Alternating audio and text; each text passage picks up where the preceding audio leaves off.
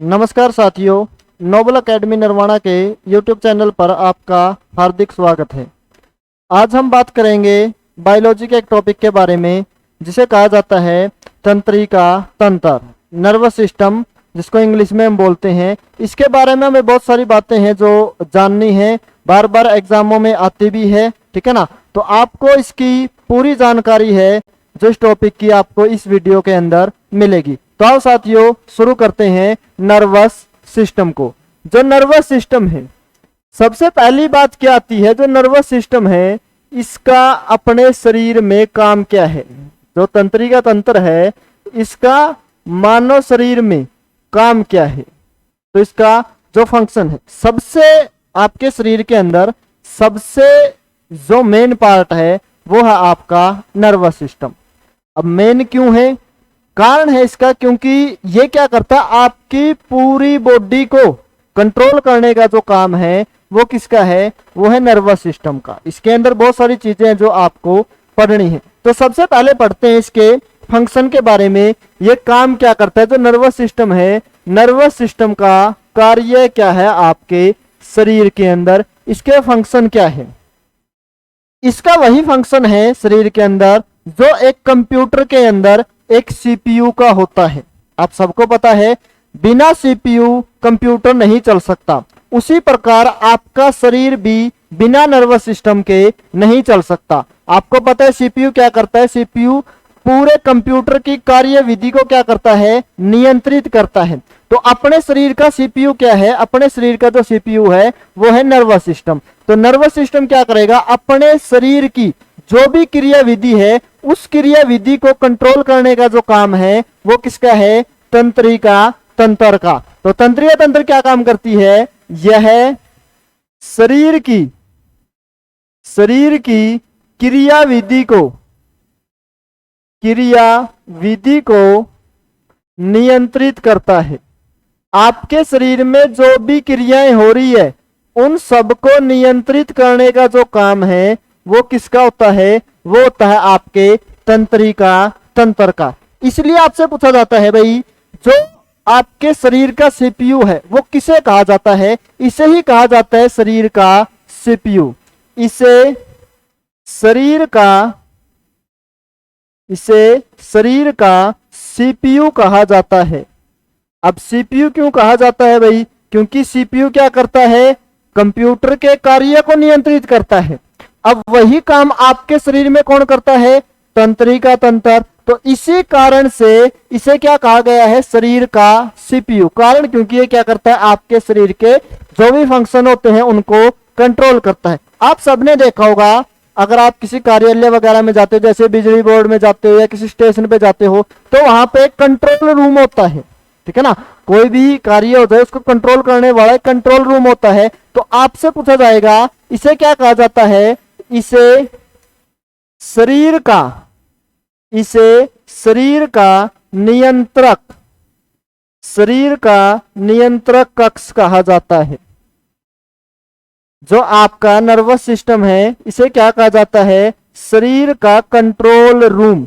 अब आपको समझ में आ गया होगा जो नर्वस सिस्टम है वो काम क्या करता है, आपके पूरी बॉडी को कंट्रोल करने का काम ही किसका है, नर्वस सिस्टम का। अब जैसे मैंने हाथ को ऊपर उठाया, नीचे किया, ये भी एक कार्य है, इसको भी कंट्रोल करने वाला कौन है, नर्वस सिस्टम है। तो ये क्या है, आपके शरीर का कंट्रोल रूम है, आपके शरीर का सीपीयू है। बहुत सारे काम आपके शरीर में, जैसे ये आपके शरीर के अंदर के नहीं, एक्सटर्नल फंक्शन है, उन दोनों कंट्रोल करेगा, ठीक है ना। ये किन कामों को कंट्रोल करेगा, ये कंट्रोल करेगा आपके इंटरनल प्लस एक्सटर्नल।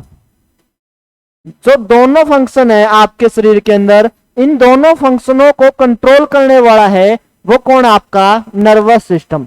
तो अभी तक हमने क्या सीखा है, हमने सीखा है नर्वस सिस्टम है क्या, नर्वस सिस्टम आपके शरीर में काम क्या करता है। तो ये क्या काम करता है, आपके पूरी बॉडी को कंट्रोल करने का जो काम है वो किसका है, नर्वस सिस्टम का है। अब कैसे कैसे कंट्रोल करता है वो चीजें हमें इसके अंदर पढ़नी है भाई, कौन सा पार्ट किस चीज को कंट्रोल करेगा, कौन सा पार्ट किस चीज को कंट्रोल करेगा, ठीक है ना, ये चीजें हमें इसके अंदर पढ़नी है। तो सबसे पहली बात क्या आती है, जो आपका तंत्रिका तंत्र है ये बना हुआ किस चीज से है, इसका निर्माण किस चीज से हुआ है।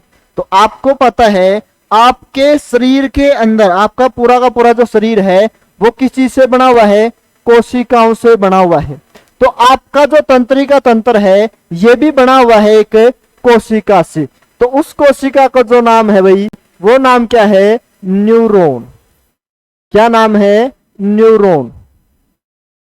न्यूरॉन कोशिका, न्यूरॉन सेल है जो वो कहा जाता है, ठीक है भाई। इसका जो निर्माण है किससे हुआ है, न्यूरॉन से निर्माण हुआ है किसका, तंत्रिका तंत्र का। तो ये क्या है भाई, न्यूरॉन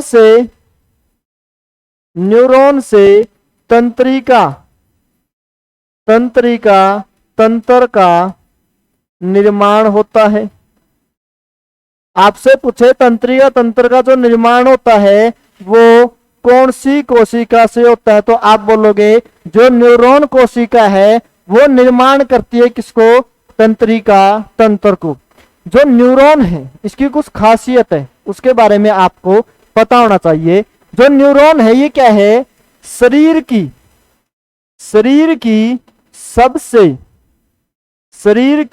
सबसे बड़ी कोशिका है। ये क्या है, शरीर की सबसे बड़ी कोशिका। आपके शरीर में बहुत सारी लाखों अरबों कोशिकाएं हैं, उन कोशिकाओं में सबसे बड़ी जो कोशिका है वो कौन सी, आपकी न्यूरॉन है। एक खासियत तो ये है। दूसरी खासियत क्या है इसकी, जो आपकी कोशिकाएं होती है उन कोशिकाओं के अंदर एक गुण होता है, प्रत्येक कोशिका क्या करती है, डिवीजन करती है, डिवाइड होती है आगे दो कोशिकाओं में। उसको बोला जाता है अपना कोशिका विभाजन। मतलब कि एक कोशिका का विभाजन होकर दो कोशिकाओं का निर्माण होता है। तो आपकी जो न्यूरॉन कोशिका है इसके अंदर ये काम नहीं होता। मतलब एक बार जब न्यूरॉन कोशिका बनती है ना, उसके बाद ये विभाजन के लिए नहीं जाती।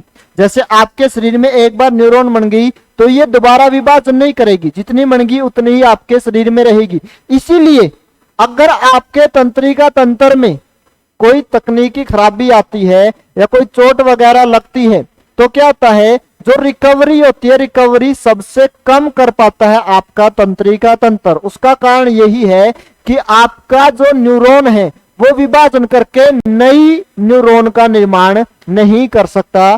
तो क्या पूछा जाता है, आपसे पूछा जाता है शरीर में किसके अंदर पुनः बनने की, रीजनरेशन की जो क्रिया होती है वो सबसे कम होती है, वो किसमें होगी, न्यूरॉन के अंदर।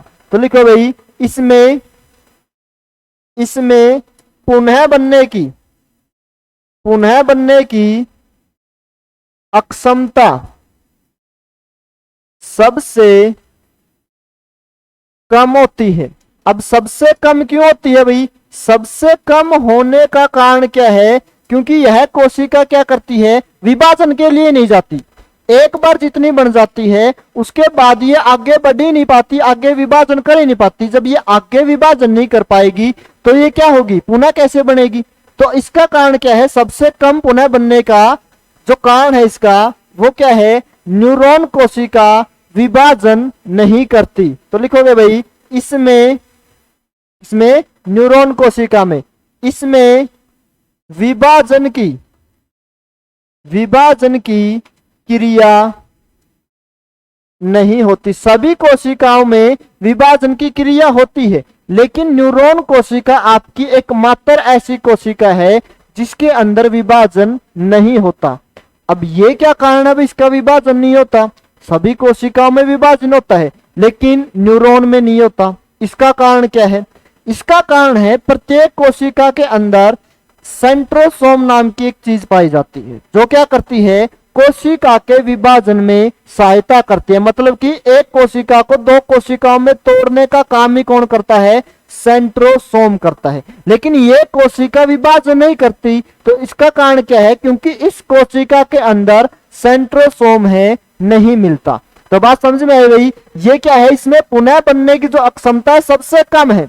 अब रिकवरी सबसे कम करती है, कारण क्योंकि इसमें विभाजन ही नहीं होता। अब विभाजन क्यों नहीं होता भाई, विभाजन क्यों नहीं होता, क्योंकि इसमें सेंट्रोसोम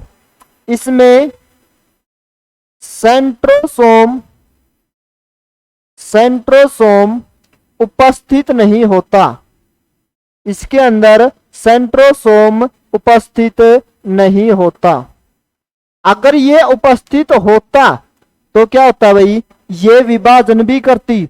अगर ये विभाजन करती तो अगर इसके ऊपर कोई चोट वगैरह लगती तो ये रिकवरी भी इतनी तेजी से ही करती, लेकिन ये रिकवरी नहीं कर पाता। कारण क्योंकि ये विभाजन नहीं करती। विभाजन क्यों नहीं करती, क्योंकि इसके अंदर क्या भाई, सेंट्रोसोम उपस्थित नहीं होता। अब ये सेंट्रोसोम क्या है, ये क्या करता है, यह कोशिका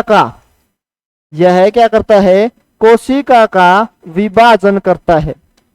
कोशिका का जो विभाजन करता है वो कौन करता है, सेंट्रोसोम। ये किसे मिलता है, कोशिका के अंदर, लेकिन किसके अंदर नहीं है, न्यूरॉन कोशिका के अंदर ये नहीं होता।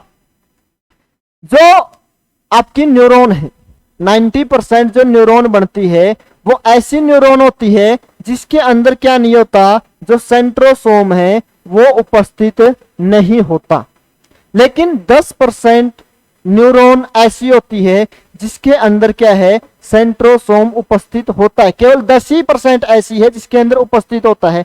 उन न्यूरॉन को क्या कहा जाता है, उन्हें बोला जाता है क्या, उन्हें कहा जाता है भाई गैलियस सेल। क्या बोला जाता है, गैलियस सेल उन्हें कहा जाता है। अब ये क्या चीज आ गई भाई, गैलियस सेल मतलब कि ऐसी कोशिका जिनके अंदर क्या हो, सेंट्रोसोम हो। अब सेंट्रोसोम कितने, केवल 10% हिस्सा है किसका, जो न्यूरॉन है उसका केवल 10% क्या है, गैलियस जो सेल है वो होती है। तो ये कोशिका क्या करती है, केवल 10% है, इसमें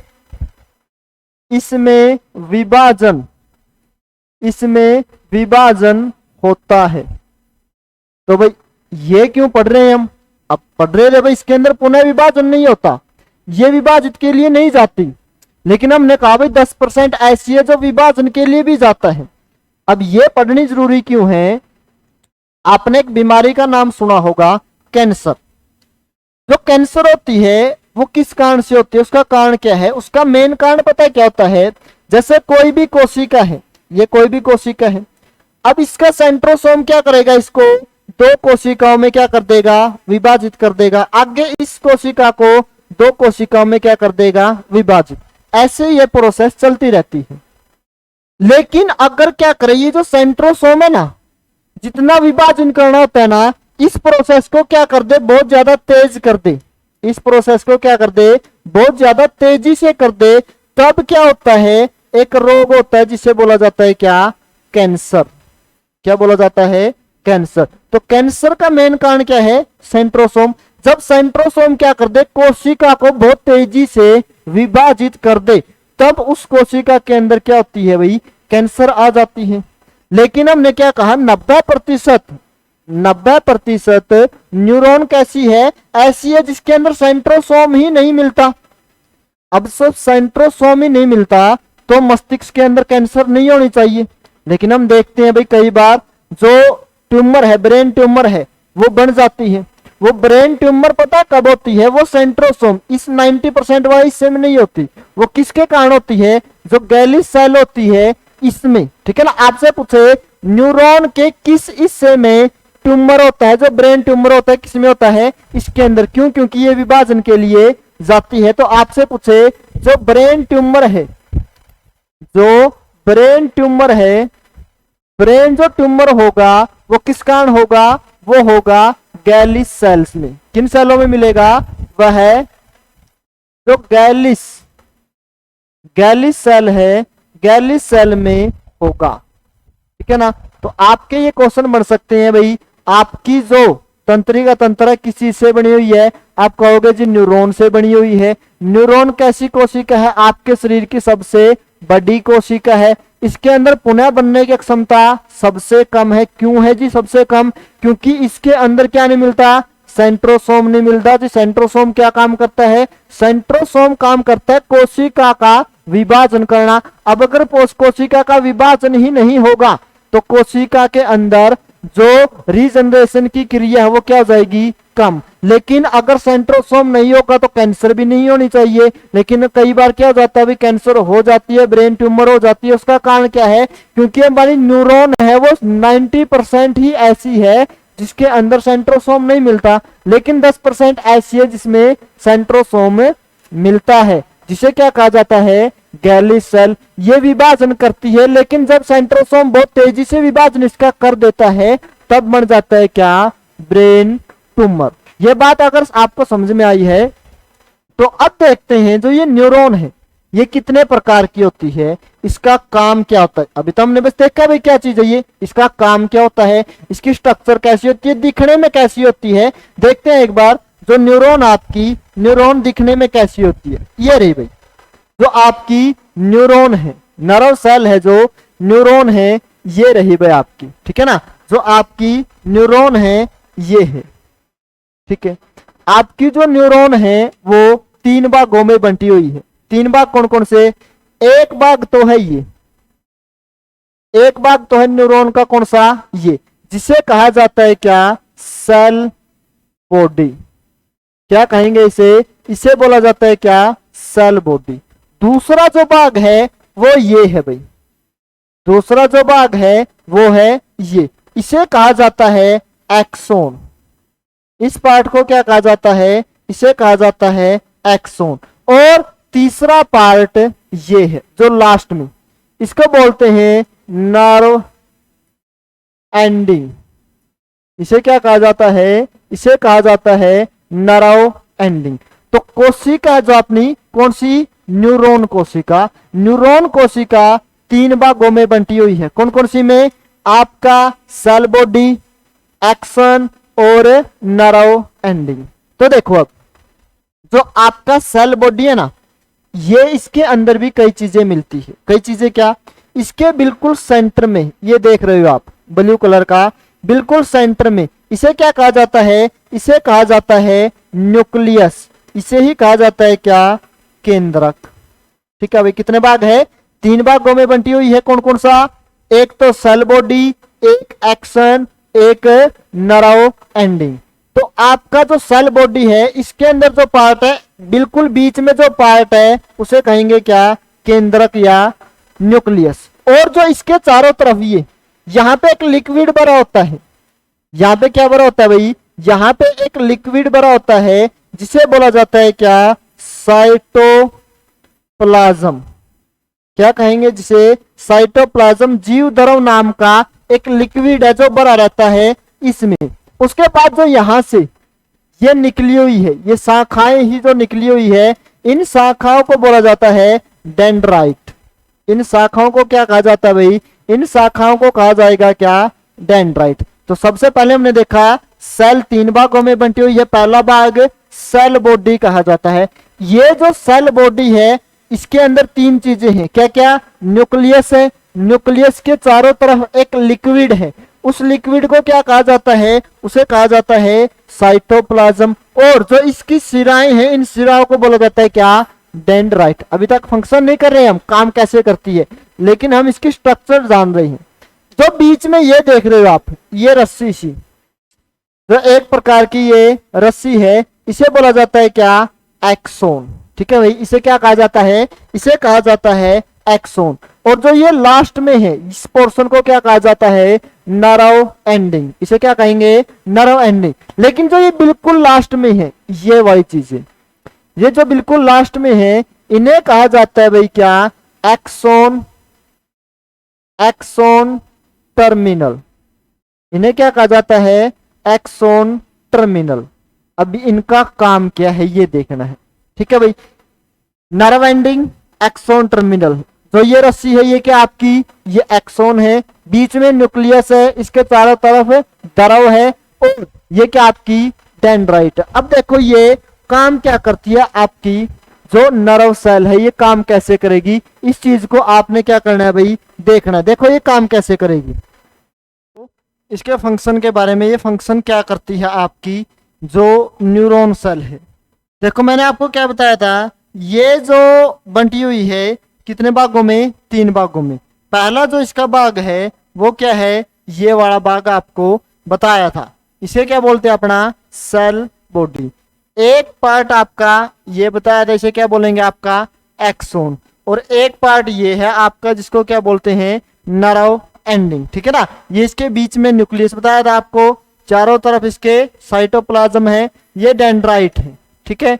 और यहाँ पे क्या है नर्व टर्मिनल, ये चीजें आपको मैंने बताई थी। देखो भाई अब ये काम क्या करता है, इसका जो काम है वो क्या है, इसका काम है आपके शरीर में जो सूचनाएं हैं उन सूचनाओं को मस्तिष्क तक और मस्तिष्क से वापस कहां तक, आपके शरीर के अंगों तक लेके आने का जो काम है वो किसका है, इस कोशिका का है। अब जैसे आपको कोई ठंडी चीज है या कोई गर्म चीज है, आप गर्म चीज के हाथ लगाओ, आप गर्म चीज के हाथ लगाते ही क्या कर लेते हो, हाथ अपना पीछे की तरफ धकेलते हो, आप हाथ है जो हटा लेते हो उससे।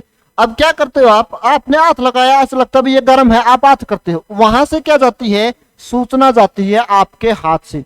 अब सूचना कहां पे जाएगी, आपके मस्तिष्क में, आपके ब्रेन में, ब्रेन से वापस सूचना जाएगी कहां पे, हाथ में। भाई ये गर्म है, ये आपको हानि पहुंचा सकता है, आप हाथ को दूर कर लो। अब कोई ठंडी चीज है, आप ठंडी चीज को हाथ लगाते ही महसूस कर लेते हो भाई ये कितनी ठंडी है या कितनी गर्म है। तो सूचनाओं को क्या काम है इसका, जो आपकी न्यूरॉन कोशिका है, न्यूरॉन कोशिका का जो काम है वो क्या है, सूचनाओं को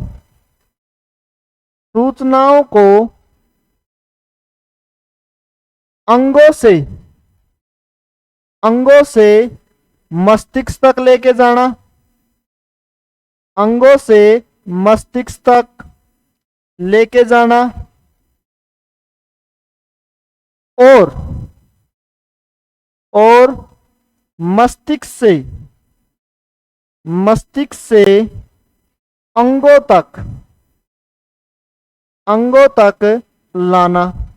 यह काम किसका है, आपकी न्यूरॉन का। अब ये काम न्यूरॉन करती कैसे है, अब कोई भी चीज है, आपको कोई चोट लग जाए, पाँव में चोट लग जाए, तो पाँव की वो चोट है वो महसूस होती है आपको भाई चोट लगी है, उसको कौन कराता है, ये न्यूरॉन। अब वहां से आपकी सूचना सीधी पहुंचेगी कहां पे, मस्तिष्क में, मस्तिष्क उसको पहचानता है, ठीक है ना। तो सूचनाओं का जो आदान प्रदान जो करता है वो कौन करती है, आपकी न्यूरॉन सेल करती है। किस रूप में करती है, ये करती है इलेक्ट्रिक पल्स। किस रूप में, इलेक्ट्रिक पल्स के रूप में। अब ये तो है नहीं भाई सूचना को चिट्ठी है, चिट्ठी को लेके जाएगी, आपके पाँव में चिट्ठी लगी हुई है, चिट्ठी को पहुंचाएगी, ऐसे नहीं।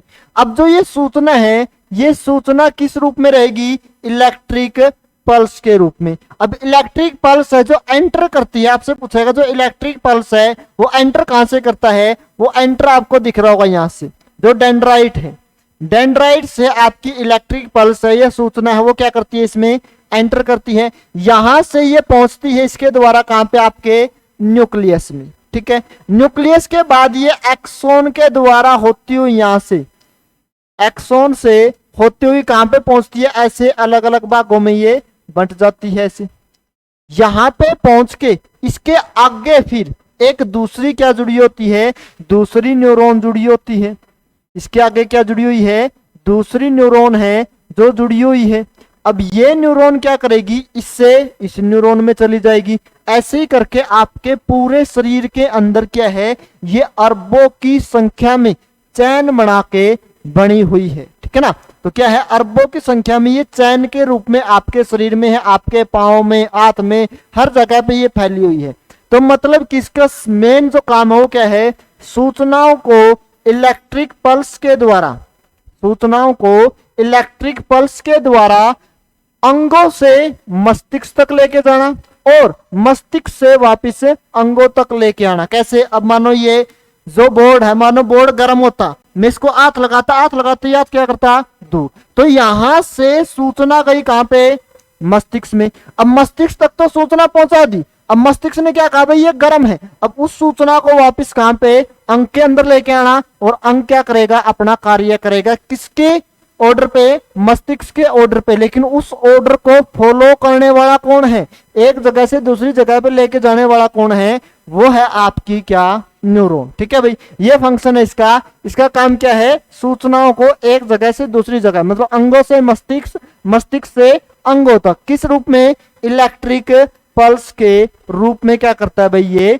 परिवहन करता है। तो इसे हम क्या कह सकते हैं, ये मैसेंजर है।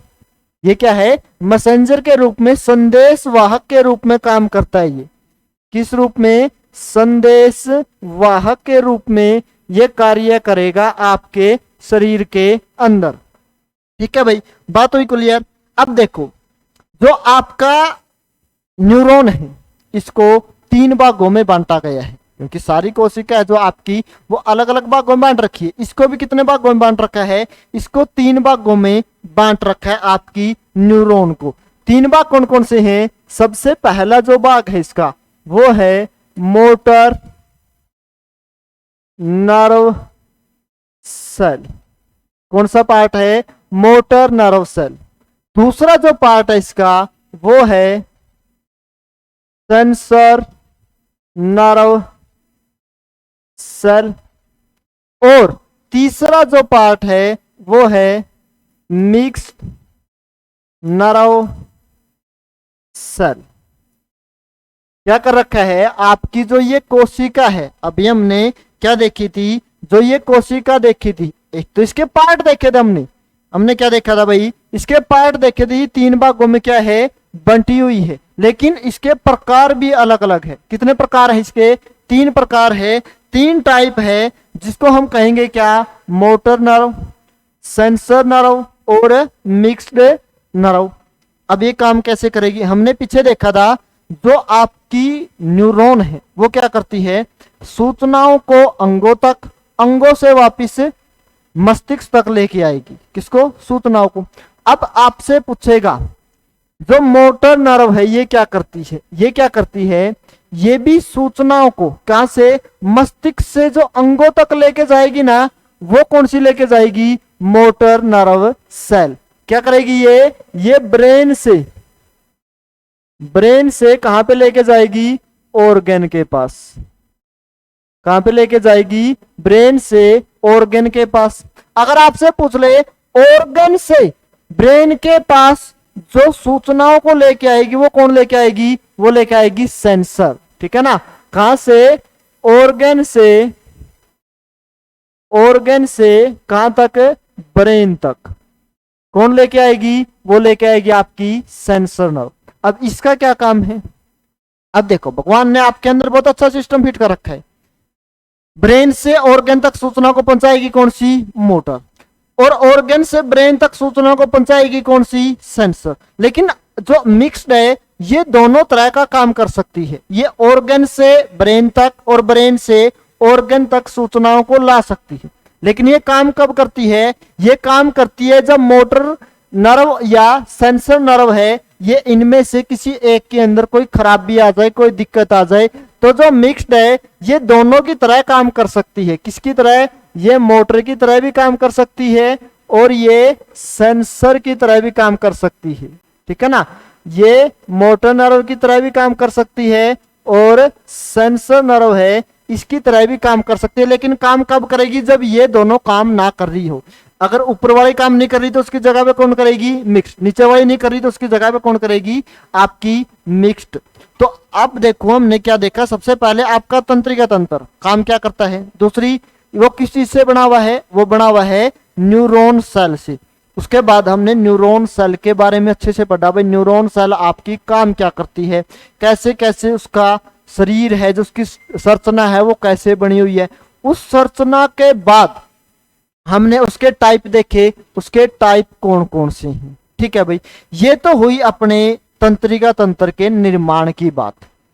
अब बात करते हैं जो आपका नर्वस सिस्टम है, आपका तंत्रिका तंत्र है, वो कितने प्रकार का है। क्योंकि अभी तक तो हमने ये देखा था भाई आपकी तंत्रिका तंत्र का निर्माण किस चीज से हुआ है, वो काम क्या करता है। अब पढ़ते हैं हम किसके बारे में, आपकी तंत्रिका तंत्र के बारे में। जो तंत्रिका तंत्र है आपकी, जो आपकी तंत्रिका तंत्र है, नर्वस सिस्टम आपका, ये जो बंटा हुआ है इसके जो भाग है, इसके भाग है भाई 3। कितने भाग है इसके? इसके जो भाग है वो है 3 भाग। 3 भागों में क्या हुआ है, ये बंटा हुआ है। अब 3 भाग कौन कौन से, आपको तीनों के बारे में पढ़ना है। जब तीनों के बारे में आप पढ़ लोगे तो आपका टॉपिक क्या हो जाएगा, कंप्लीट। सबसे पहला पार्ट है इसका सेंट्रल नर्वस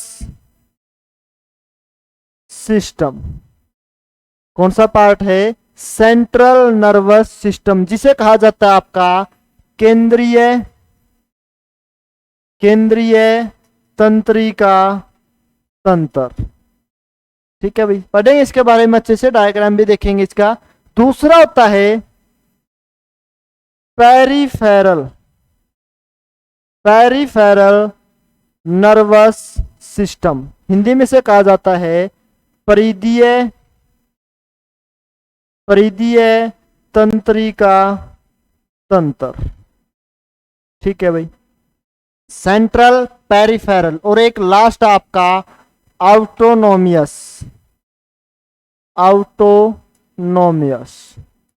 इसे कहा जाता है आपका स्वायत्त तंत्रिका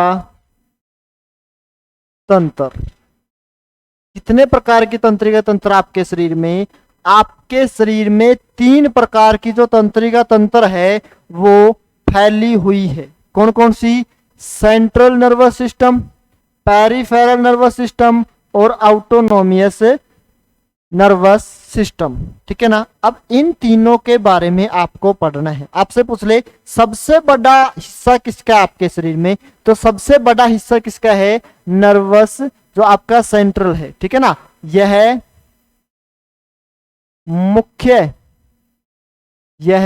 मुख्य तंत्रिका तंत्र है। ये क्या है? मुख्य तंत्रिका तंत्र है। अब देखो ये होता कहां पे है, इसके अंदर होता क्या क्या है, ये काम क्या करता है। आपके शरीर के अंदर जो आपका ये मस्तिष्क है, इस मस्तिष्क, जो आपका मस्तिष्क जुड़ा हुआ है वो किसके अंदर आता है? आपके नर्वस सिस्टम के अंदर। 2 चीजें इसके अंदर होती है। जो आपका केंद्रीय तंत्रिका तंत्र है, इसके अंदर 2 चीजें होती है। 2 चीजें क्या क्या? एक तो होता आपका ब्रेन। क्या होता है आपका? ब्रेन। एक होता आपका, इसे कहेंगे हिंदी में क्या? मस्तिष्क। क्या कहेंगे इसे कहा जाता है आपका मस्तिष्क भाई। ठीक है, आपका ब्रेन है मस्तिष्क से। ब्रेन।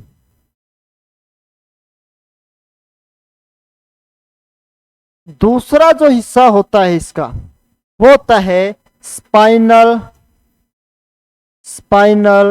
कोड, जिसे कहा जाता है आप मेरु रज्जु। जिसे क्या कहा जाता है? मेरु रज्जु। अब ये क्या नई चीज आएगी भाई? आपका तंत्रिका तंत्र 3 भागों में डिवाइड है। केंद्रीय तंत्रिका तंत्र, परिधीय और स्वायत्त है। लेकिन जो केंद्रीय तंत्रिका तंत्र है, इसके अंदर 2 चीजें आती है। देखो, एक तो क्या आपका ब्रेन, एक क्या आपका स्पाइनल कोड। अब इन दोनों को पढ़ेंगे, इन दोनों को पढ़ के हम पढ़ेंगे किसे? परिधीय को। और लास्ट में पढ़ेंगे किसे? हम पढ़ेंगे किसके बारे में? ऑटोनोमियस के बारे में। एक बार समझो, देखो आपका मानो ये क्या है? ब्रेन है। ये क्या है? ब्रेन है। ठीक है, सिर में। और आपके सिर में से जो ब्रेन है, इस ब्रेन से ही एक रज्जु, एक रस्सी टाइप की जुड़ी हुई है, जो आपकी रीढ़ की हड्डी होती है ना, रीढ़ की हड्डी में बिल्कुल उसके अंदर स्थित होती है, उसके बीच में। वही उसकी क्या है? वो प्रोटेक्शन देती है। जो रीढ़ की हड्डी होती है ना, वो प्रोटेक्शन होती है किसकी? स्पाइनल कोड की। ये आपका ब्रेन है। यहां से आपकी कमर के अंदर आपकी जो रीढ़ की हड्डी है, उसके अंदर होती है क्या? Spinal cord. ठीक है, तो आपका ब्रेन है, ये आपके शरीर को 90% आपके शरीर को कंट्रोल करता है। कौन? ब्रेन। ठीक है, और 10% जो कंट्रोल करता है आपके शरीर को, वो करता है कौन? Spinal cord. बात समझ में आई भाई? आपका ब्रेन है और आपकी स्पाइनल कॉर्ड है, ये ही दो चीज है जो आपके पूरे शरीर को कंट्रोल करेगी। और इन्हीं दो चीजों को क्या कहा जाता है? Central neuro system. अब क्या है, जो आपका ब्रेन है, इस ब्रेन से 12 जोड़ी क्या निकली हुई है? नर्व निकली हुई है। कितनी जोड़ी? 12 जोड़ी क्या निकली हुई है? नर्व। और आपकी जो स्पाइनल कॉर्ड है, इससे जो निकली हुई है 31, एक साइड 31 है, इस साइड 31, इस साइड 31 जोड़ी बोल रहा हूं मैं। तो जोड़े का मतलब क्या होता है? एक में दो, तो 31 जोड़ी इसमें से निकलती है क्या? नर्व। जो स्पाइनल कॉर्ड से आपकी 31 पेयर क्या निकलती है? नर्व निकलती है, जिन्हें कहा जाता है क्या? आपका स्पाइनल नर्व। नस टाइप की कुछ निकलती है इसमें से, ठीक है ना, जो आपके पूरे शरीर में फैल जाती है, उसे कहा जाता है क्या? 31 पेयर होती है स्पाइनल नर्व। लेकिन जो आपका ब्रेन है, इसमें से निकलती है कितनी? 12 पेयर। कितनी निकलती है? 12 पेयर। इन्हें जो कहा जाता है क्रैनियल नर्व। ठीक है भाई, आपका जो ब्रेन है और जो आपकी स्पाइनल कॉर्ड है, ये हिस्सा है किस चीज का? आपका नर्व सिस्टम का। लेकिन जो सेंट्रल नर्व सिस्टम है, ये आपकी स्पाइनल कॉर्ड हो गई और ब्रेन हो गया। इसमें से 31 पेयर निकली, ठीक है ना, जिन्हें बोलेंगे स्पाइनल नर्व। और जो आपके ब्रेन है, इसमें से निकले, जिन्हें बोलेंगे क्या? Cranial nerve. जो क्रैनियल नर्व है और जो आपकी स्पाइनल नर्व है, इन दोनों को अगर हम जोड़ दें, इस चीज को, ये हो गई आपकी और ये वाली, इन दोनों को जोड़ दें, कौन कौन सी आपकी? एक बार अपना साफ कर लेते हैं, इसको स्पेस रहेगा आपका। तो आपकी जो स्पाइनल नर्व है और आपकी जो क्रैनियल नर्व है, इसके अंदर आ जाएगी, ठीक है ना। 12 पेयर थी आपकी किसकी? क्रैनियल नर्व, ठीक है। और 31 पेयर थी आपकी किसकी? Spinal cord. इन दोनों को अगर हम जोड़ दें तो ये बन जाएगी आपकी क्या? परिधीय तंत्रिका तंत्र। बात समझ में आई भाई? जो सेंट्रल नर्वस सिस्टम उसमें ब्रेन और स्पाइनल कॉर्ड है, लेकिन जो पेरिफेरल तंत्रिका तंत्र क्या है आपकी? वो है आपकी क्या? जो ब्रेन है और जो आपकी स्पाइनल कॉर्ड है, उनसे जो नर्व निकल रही है, जो उससे आगे का जो हिस्सा है आपके शरीर में फैला हुआ है, वो क्या है? परिधीय तंत्रिका तंत्र। इनके काम भी देखेंगे। ऑटोनोमियस कौन सी है? जो इन दोनों का मिक्सचर हो जाए। ये अलग है, ये अलग है। जब इन दोनों का क्या हो जाए? मिक्सचर हो जाए, जिसे कहेंगे आपका ऑटोनोमियस। ये आपके ऐसे कार्यों को नियंत्रित करता है जो इनके ऊपर आपकी इच्छा नहीं चलती। ठीक है भाई, इनको पढ़ेंगे एक बार समझ ले दोबारा इन सबको। देखो डायग्राम में, देखो आप डायग्राम में आपको अच्छे से दिखेगी।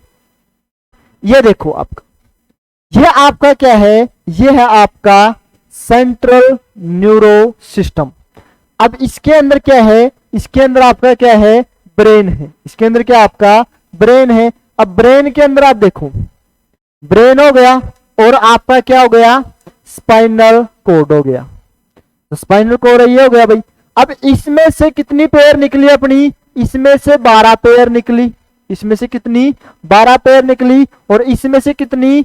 31 जोड़ी जो पेयर है वो आपकी निकली, जिन्हें कहेंगे क्या? आपकी जो ये निकल रही है, ऐसे आपके पूरे शरीर में क्या हो जाती है? ये फैल जाती है। जो आपका ये बीच वाला हिस्सा है, इसको बोलते हैं क्या? Central nervous system. लेकिन जो आपकी ये निकली हुई है, इन्हें बोलेंगे आपका क्या? Peripheral nervous system. ठीक है, देखो इसके अंदर आपका, अब आप अच्छे से समझोगे एक बार। देखो जो आपका ये वाई स्ट्रक्चर है, इसके अंदर आपको अच्छे से समझ में आएगा। हमने क्या पढ़ा? Central neuro system. Central neuro system मतलब कि आपका ब्रेन और आपकी स्पाइनल कॉर्ड, उन दोनों को ही मिला दे हम क्या बोलेंगे? उसे बोलेंगे सेंट्रल। लेकिन जो आपका ब्रेन है, जो ये आपका ब्रेन है, इस ब्रेन में से, जो आपका ये ब्रेन है, अगर ये ब्रेन की बात करें, इस ब्रेन में से और जो आपकी स्पाइनल कॉर्ड है, आपको दिख रही होगी बहुत सारी क्या निकल रही है? नर्व निकल रही है।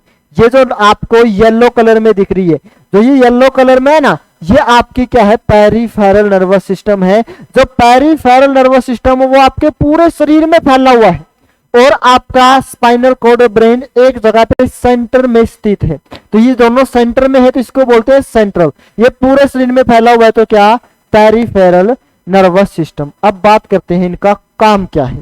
जो आपका पेरिफेरल है, जो पेरिफेरल आपका, पेरिफेरल का जो काम है वो काम क्या है, देखो। अब मानो आपके हाथ में यहां पे चोट लग जाए, या आपके हाथ ने क्या कही, कोई गर्म चीज है, उस गर्म चीज को आंख लगा लिया। अब आंख लगाते ही सूचना जाएगी, तो ये सूचना कहां से, पेरिफेरल। यहां पे कौन सी आपकी, यहां पे जो आपकी है वो कौन सी आपकी, वो है पेरिफेरल। ये पेरिफेरल गई आपकी, यहां से क्या गई आपकी, पेरिफेरल। ये पेरिफेरल पहुंचती है किसके पास, आपकी स्पाइनल कॉर्ड के पास। ये किसमें छोड़ देती है, स्पाइनल कॉर्ड में, और ये स्पाइनल कॉर्ड कहां पे लेके जाता है, ब्रेन में। तो बात समझ में आई भाई। जो पेरिफेरल है वो काम क्या करती है, यह जो काम करती है भाई, आपकी जो पेरिफेरल है यह काम करती है, यह सूचनाओं को, जो भी सूचना जैसे हाथ पे है या पैर पे है, इस सूचना को लेके जाएगी, कहां पे छोड़ देगी, सेंट्रल न्यूरो सिस्टम में। यहां से सूचना को लेके जाएगी, कहां पे छोड़ देगी, सेंट्रल न्यूरो सिस्टम में। यह सूचनाओं को सेंट्रल नर्वस सिस्टम तक लेके जाती है। ठीक है, ये काम किसका है, पेरिफेरल का। और आपका सेंट्रल है जो, उसके अंदर स्थित है आपका क्या, ब्रेन। तो पेरिफेरल का काम समझ में आया भाई। आपके पूरे शरीर में जो यहां से फैली हुई है कौन सी, पेरिफेरल। कोई भी चीज हो उसको लेके जाएगी और छोड़ देगी कहां पे, सेंट्रल में। और सेंट्रल लेके जाएगा इसे कहां पे, आपके, इसे लेके जाएगा आपके ब्रेन के अंदर, और ब्रेन क्या करेगा, इसके ऊपर काम शुरू करेगा। तो आओ देखते हैं अपना जो ब्रेन है, जो आपका सेंट्रल न्यूरो सिस्टम है। सेंट्रल न्यूरो सिस्टम के अंदर हमने दो चीज देखी है, जो आपका क्या है, केंद्रीय तंत्रिका तंत्र है। हमने क्या देखा, इसके अंदर दो चीजें हैं। क्या क्या आपका, एक तो है ब्रेन, एक तो क्या है, ब्रेन है, और एक आपका क्या है, स्पाइनल कॉर्ड है। एक क्या है, स्पाइनल कॉर्ड।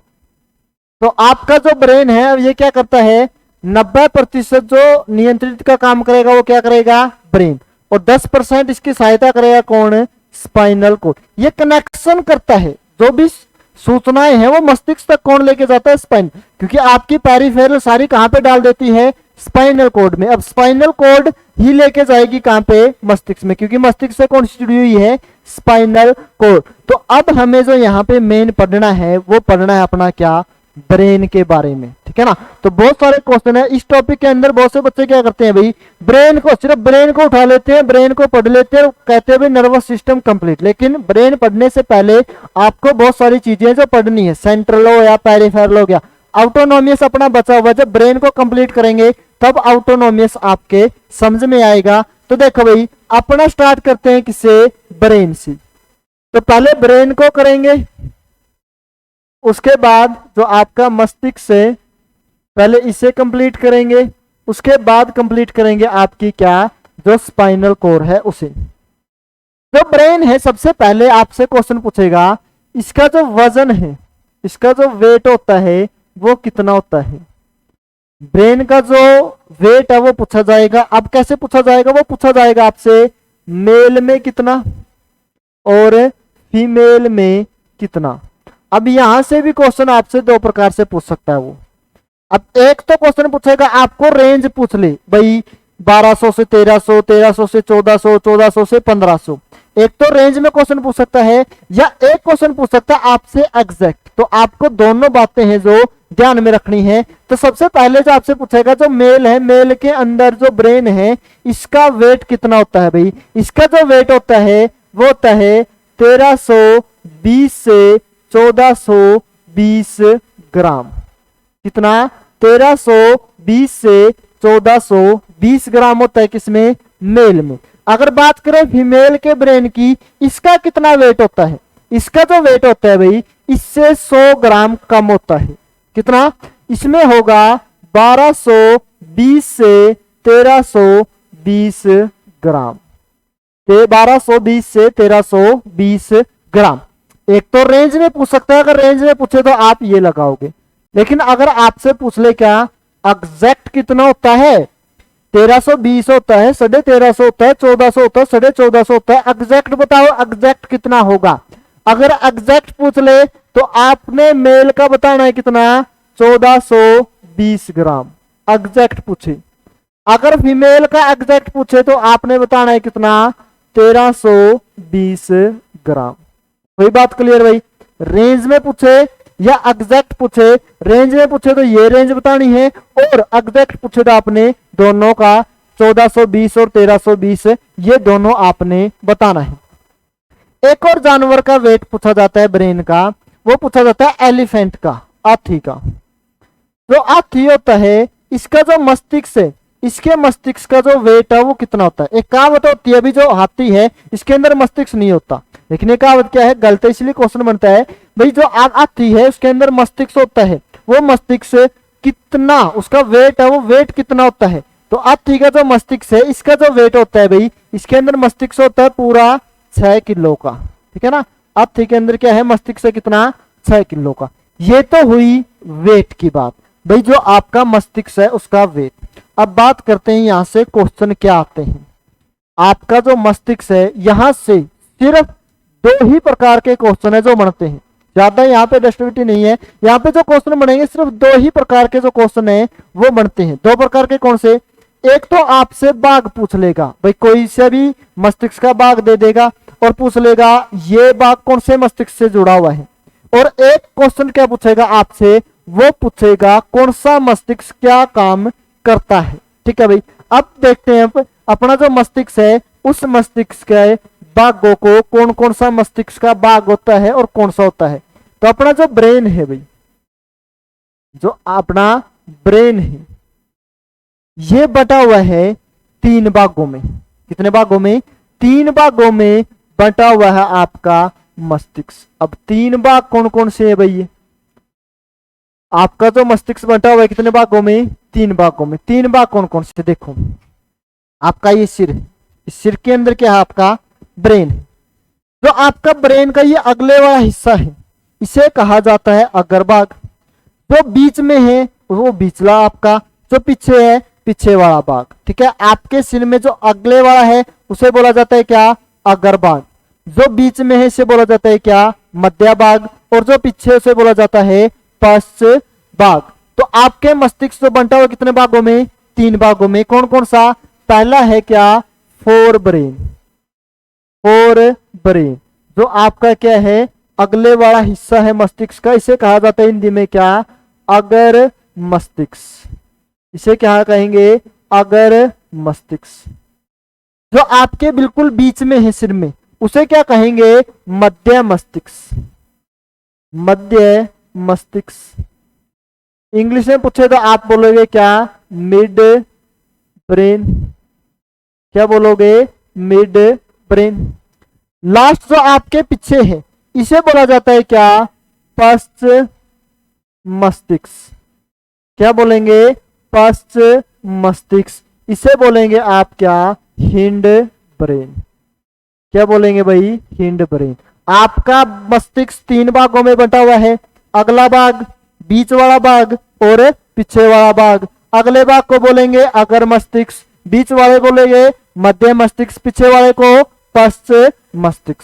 ठीक है भाई, अगर, मध्य और पश्च, ये 3 भागों में बंटा हुआ है। उसके बाद जो आपका फोर ब्रेन है, ये फोर ब्रेन फिर आगे 3 भागों में बंटा हुआ है भाई। आपका जो फोर ब्रेन है ये आगे कितने भागों में बंटा हुआ है, ये भी आगे बंटा हुआ है कितने भागों में, 3 भागों में। अब 3 भाग कौन कौन से, सबसे पहला भाग इसे कहा जाता है क्या, सेरिवरम। ठीक है, इंग्लिश में ही नाम क्या है इसका, सेरिवरम। क्या भाई, सेरिवरम या सेरिब्रम। बीच वाला जो भाग है उसे कहा जाता है डायनासेफिनोल।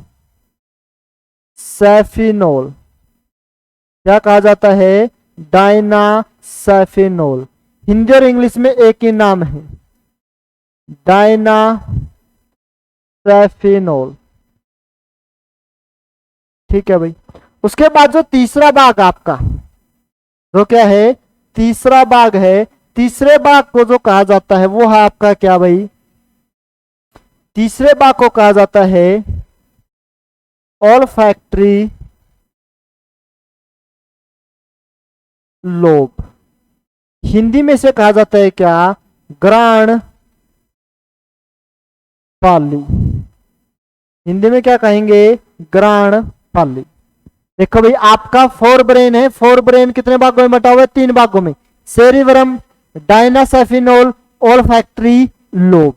अब यहीं पे नहीं, आपका जो डायनासेफिनोल है ये फिर आगे 2 भागों में बंटा हुआ है, ये आगे फिर 2 भागों में बंटा हुआ है। 2 भाग कौन कौन से, एक होता है थैलेमस, एक होता है क्या, थैलेमस। हिंदी और इंग्लिश में एक ही नाम है इसका, थैलेमस। ठीक है भाई। दूसरा जो भाग होता है वो होता है हाइपोथैलेमस, हाइपोथैलेमस। हिंदी और इंग्लिश में एक ही नाम है, ठीक है। हिंदी में बोलेंगे इसे हाइपोथैलेमस। ये पार्ट हुए कौन से के, अगर मस्तिष्क के। कौन कौन से, सेरिब्रम, डायनासेफिनोल। डायनासेफिनोल के आगे फिर 2 पार्ट है, कौन कौन से, थैलेमस और हाइपोथैलेमस। ये हाइपोथैलेमस बहुत खतरनाक मस्तिष्क होता है आपका। और एक कौन सा है, ग्राण पाली। कोई बात क्लियर भाई। ये तो भाग हुए किसके, अगर मस्तिष्क के। अब बात करते हैं मध्य मस्तिष्क के और पश्च मस्तिष्क के भाग के बारे में। अब इसको थोड़ा छोटा कर रहे हैं हम, स्पेस हो जाएगा अपने पास। तो जो आपका मध्य मस्तिष्क है, आपका क्या है, जो मध्य मस्तिष्क है, मध्य मस्तिष्क के जो भाग है, जो मध्य मस्तिष्क है, मध्य मस्तिष्क आपका बंटा हुआ कितने भागों में, 2 भागों में। जो आपका मध्य मस्तिष्क है ये कितने भागों में बंटा हुआ है, 2 भागों में बंटा हुआ है। एक तो आपका है कौन सा, सेरिब्रेल। कौन सा, जो ब्रल है, सेरिब्रल। यहां पे सेरिब्रम था, यहां पे कौन सा आ गया, सेरिब्रल। उसके बाद जो दूसरा आता है वो होता है कोरपोरा, कोरपोरा पेंडिकल, कोरपोरा पेंडिकल। ठीक है भाई। जो मध्य मस्तिष्क है वो कितने भागों में बंटा हुआ है, वो बंटा हुआ आपके 2 भागों में। एक आपका सेरिब्रल है और उसे ही कहा जाता है क्या, आपका दूसरा भाग है वो क्या है आपका, कोरपोरा पेंडिकल। ठीक है ना, सेरिब्रल और कोरपोरा पेंडिकल। उसके बाद जो आपका पश्च मस्तिष्क है, जो आपका पश्च मस्तिष्क है भाई, ये बंटा हुआ है कितने भागों में, 2 भागों में। ये भी कितने भागों में होता है, एक तीसरा भाग भी है, लेकिन आपके लिए क्या है, 2 भाग है वो जरूरी है। कौन कौन से, पहला जो भाग है उसे कहेंगे क्या, आपका सेरिबेलम। कौन सा है, सेरिबेलम। देखो यहां से, यहां पे सेरिब्रम, यहां पे सेरिब्रल, यहां पे कौन सा है, सेरिबेलम। कौन सा, सेरिबेलम। दूसरा भाग कौन सा भाई इसका, दूसरा भाग है मेडुला, मेडुला ओब्लागेटा। कौन सा है, मेडुला ओब्लागेटा। इंग्लिश में भी इसका, हिंदी और इंग्लिश में दोनों का एक ही नाम है, मेडुला ओब्लागेटा। ठीक है भाई। ये पार्ट है आपके मस्तिष्क के। ब्रेन कितने भागों में, 3 भागों में। अगला भाग, बीच वाला, पीछे वाला। जो अगला भाग है ये कितने भागों में, 3 भागों में। कौन कौन सा, पहला भाग है कौन सा, सेरिब्रम, दूसरा डायनासेफिनोल, तीसरा ग्राण पाली ओल्फैक्टरी लोब। जो डायनासेफिनोल है ये 2 भागों में बंटा हुआ, पहला थैलेमस, दूसरा हाइपोथैलेमस। जो आपका मध्य मस्तिष्क है ये कितने भागों में, 2 भागों में। पहला भाग सेरिब्रल, दूसरा भाग कोरपोरा पेंडिकल। ठीक है ना, हिंदी में भी यही बनेगा इसका, कोरपोरा कोरपोरा पेंडिकल। ठीक है भाई, दो भाग है आपके मध्य वाले के, और पश्च वाले के भी कितने भाग है? दो। कौन कौन सा? एक सेरिबेलम और दूसरा मेडुला ओब्लिगेटा। मैंने क्या बताया था? मस्तिष्क से दो ही प्रकार के क्वेश्चन बनते हैं आपके। एक क्वेश्चन आपका कंप्लीट, कौन सा? भाग वाला। आपसे क्वेश्चन क्या पूछेगा? आपसे क्वेश्चन पूछेगा कोरपोरा पेंडिकल किस मस्तिष्क का भाग है? आप क्या कहोगे? मध्य मस्तिष्क का भाग है। आपसे पूछेंगे थैलेमस किस मस्तिष्क का भाग है? आप कहोगे क्या? फोर ब्रेन का भाग है। अगर फोर ब्रेन ऑप्शन में नहीं है तो क्या मिलेगा आपको? डायनासेफिनोल। आपसे पूछेंगे ग्राण पाली किस मस्तिष्क का भाग है? आप बोलोगे कौन से का? अगर भाग का है। आपसे पूछेंगे मेडुला ओब्लिगेटा किस मस्तिष्क का भाग है? तो आप कहोगे किसका भाग है? पश्च मस्तिष्क का भाग है। तो ये थे इसके पार्ट, किसके? ब्रेन के। तो आपको ब्रेन के सारे पार्ट ध्यान में होने चाहिए, कौन सा पार्ट किस मस्तिष्क का है। ठीक है ना। अब बात करते हैं दूसरे क्वेश्चन की।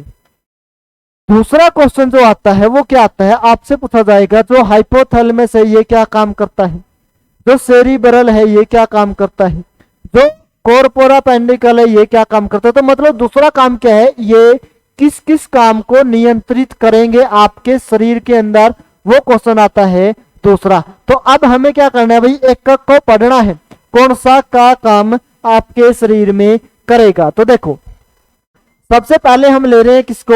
हम ले रहे हैं आपके अगर मस्तिष्क को। किसे? अगर मस्तिष्क को। जो आपका अगर मस्तिष्क है या आपका क्या है? फोर ब्रेन है। क्या है? फोर ब्रेन है। कितने भाग में बटा हुआ ये? तीन में। पहला कौन सा था आपका? सेरिबरम। सेरिबरम भाई, कौन सा है? सेरिबरम। अब देखो ये काम क्या करता है, इसके काम क्या है। सबसे पहली बात, आपका जो मस्तिष्क है ना, उस मस्तिष्क का सबसे बड़ा जो हिस्सा है वो किसका है? वो सेरिब्रम का है। आपके मस्तिष्क का सबसे बड़ा 2/3 हिस्सा जो ले बैठा है वो कौन सा ले बैठा है भाई? आपका सेरिब्रम। तो सबसे पहली बात ये क्या है? यह मस्तिष्क का, यह मस्तिष्क का सबसे बड़ा भाग है। क्या है? मस्तिष्क का सबसे बड़ा भाग कौन सा है? सेरिब्रम। अब कितना हिस्सा लिए है ये? आपके पूरे मस्तिष्क का 2/3 भाग किसके पास है? सेरिब्रम के पास। ठीक है ना। यह मस्तिष्क का 2/3 भाग है। परसेंटेज पूछ ले भाई, जो सेरिब्रम है वो मस्तिष्क का कितना प्रतिशत हिस्सा है? 2/3 मतलब कितना? 66% हिस्सा किसके पास है? सेरिब्रम के पास। ठीक है ना। इसके पास मस्तिष्क का 66% हिस्सा है। ठीक है ना। सबसे बड़ा कौन सा? आपका सेरिब्रम है। कितना हिस्सा है? 2/3 हिस्सा। 66% जो आपका हिस्सा है मस्तिष्क का वो किसके पास है? सेरिब्रम के पास। तो इसका काम क्या है? बड़ा हिस्सा है, ठीक है, हमने मान लिया। अब ये काम क्या करता है? देखो, आपके शरीर में जितनी भी सोचने समझने वाली बातें हैं वो सब किसके अंदर आती है? सेरिब्रम के अंदर। अब कोई चीज याद करनी है, कोई चीज जैसे आप बोर्ड के ऊपर अब देख के क्या कर रहे हो? समझ रहे हो। अब इस समय आपको समझने की जरूरत है, तो आपका कौन सा मस्तिष्क काम करेगा? सेरिब्रम। तो इसका काम क्या है? इसका काम है सोचना, किसी भी चीज के बारे में क्या? सोचना, किसी चीज के बारे में समझना, किसी भी चीज के बारे में, वस्तु के बारे में, व्यक्ति के बारे में सोचना हो, आपने अच्छा सोचना है, बुरा सोचना है, उसके बारे में, किसी भी चीज के बारे में, किसी व्यक्ति के बारे में, किसी भी आपको अध्याय के बारे में कुछ समझना है, तो कौन सा मस्तिष्क काम करेगा? आपका सेरिब्रम। यही आपकी क्या है भाई? मेमोरी है। यही क्या आपकी याददाश्त है। तो आपकी याददाश्त है ना, वो भी कहां पे? आपकी सेरिब्रम के अंदर ही है। आपका जो भी डाटा सेव होता है वो किसके अंदर है? सेरिब्रम के अंदर है। जैसे आप कहते हो भी कोई भी चीज याद की हुई भूल जाते हो, लेकिन भूलते नहीं, वो कहाँ पे आपकी मेमोरी में सेव है। जैसे आप स्कूल में पढ़ते थे 8वीं 7वीं 10वीं 12वीं तक के जिसके साथ आप पढ़ते थे, आप उनको भूल सकते हो? नहीं भूल सकते। कारण क्योंकि वो क्या आपकी मेमोरी के अंदर सेव है। अगर आप किसी इंसान को एक बार देख लो, उसकी शक्ल को भूल सकते हो? नहीं भूल सकते। कारण क्योंकि वो आपकी याददाश्त है। लेकिन बात क्या है, वो आपका डाटा इस मेमोरी के अंदर गया है या नहीं। अगर डाटा ही नहीं पहुंचा तो आप भूल जाओगे, लेकिन अगर एक बार डाटा इसके अंदर पहुंच जाता है तो आप उस चीज को नहीं भूल सकते। ठीक है ना। तो आपकी याददाश्त इसके अंदर है सोचने समझने की। आप किसी चीज को पढ़ पाते हो, पढ़ना है, वो किसके अंदर आएगा? वो भी आपका किस में आएगा? सेरिबरम में। अब बोले जी पढ़ना इसके अंदर कैसे आएगा? अब एक बात बताओ, आप ये लिखी हुई चीज पढ़ पा रहे हो, किस कारण पढ़ पा रहे हो? मैंने यहां पे लिखा, यहां पे मैंने लिख दिया कै, या मैंने यहां पे लिख दिया ए। आप इनको देखते ही पहचान रहे हो। क्यों पहचान रहे हो? आपने ये कहीं पहली या दूसरी कक्षा में सीखा था, लेकिन आप देखते ही इनको पहचान लेते हो। अब मतलब कि ये चीजें कहां पे आपकी मेमोरी के अंदर है। तो ऐसे ही आपको सिखाया गया था, जैसे ये कै है, इसके साथ मैं है, इसके साथ ले जोड़ दोगे तो आपने कहा था, हम सीख गए थे क्या लिखना, जो कमल है वो लिखना सीख गए थे। ये आपको कब सिखाया गया था? पहली दूसरी कक्षा में। लेकिन क्या आज तक आप ऐसे पढ़ना भूले हो? नहीं भूले हो। क्यों? क्योंकि ये सब आपकी क्या है? याददाश्त में है। अब जब ये चीजें आप देखते हो, बैग आ गए, ये सब चीज देखते हो, आपकी सारी क्या है? मेमोरी के अंदर है। तो पढ़ना हो, लिखना हो, अब लिख क्यों पाओगे आप? अगर आपको क्या है? वर्णमाला की क्या है? अब वर्णमाला के बारे में आपको पता है तभी लिख पाओगे। अगर वो वर्णमाला ही आपके माइंड से क्या हो चुकी है? आउट हो चुकी है, तो क्या आप लिख पाओगे? नहीं लिख पाओगे। तो सारी चीजें पढ़ना, लिखना, याद करना, याददाश्त, सोचना, समझना, वो सारे किसके अंदर है? सेरिबरम के अंदर। आपसे पूछेगा कोई वैज्ञानिक है, किसी चीज का आविष्कार करता है, तो उस आविष्कार में कौन सा मस्तिष्क सहायता करता है? तो आपको समझ में आनी चाहिए भाई, आविष्कार करने के लिए उसके बारे में सोचना समझना जानकारी उसको होनी चाहिए। अब जानकारी कहां पे स्टोर होती है? सारी की सारी सेरिबरम में। ठीक है ना। किसी चीज का क्या करना? आविष्कार करना। ठीक है ना। ये क्वेश्चन आया हुआ है भाई, किसी वैज्ञानिक को अगर क्या करना है? आविष्कार करना है, तो कौन सा मस्तिष्क सहायता करेगा? कौन सा? सेरिबरम। ठीक है ना। बात क्लियर हुई भाई। सोचना समझना, आपकी याददाश्त, पढ़ना, लिखना, किसी चीज के बारे में खोज करना, ये सारी की सारी चीजें किसके अंदर है? आपकी सेरिबरम के अंदर। वही बात कंप्लीट भाई। सेरिबरम की सबसे बड़ा हिस्सा है, लगभग 66% हिस्सा मस्तिष्क का ये लिए बैठा है। उसके बाद बात आती है किसकी? आपकी इसके बाद बात आती है डायनासेफिनोल की।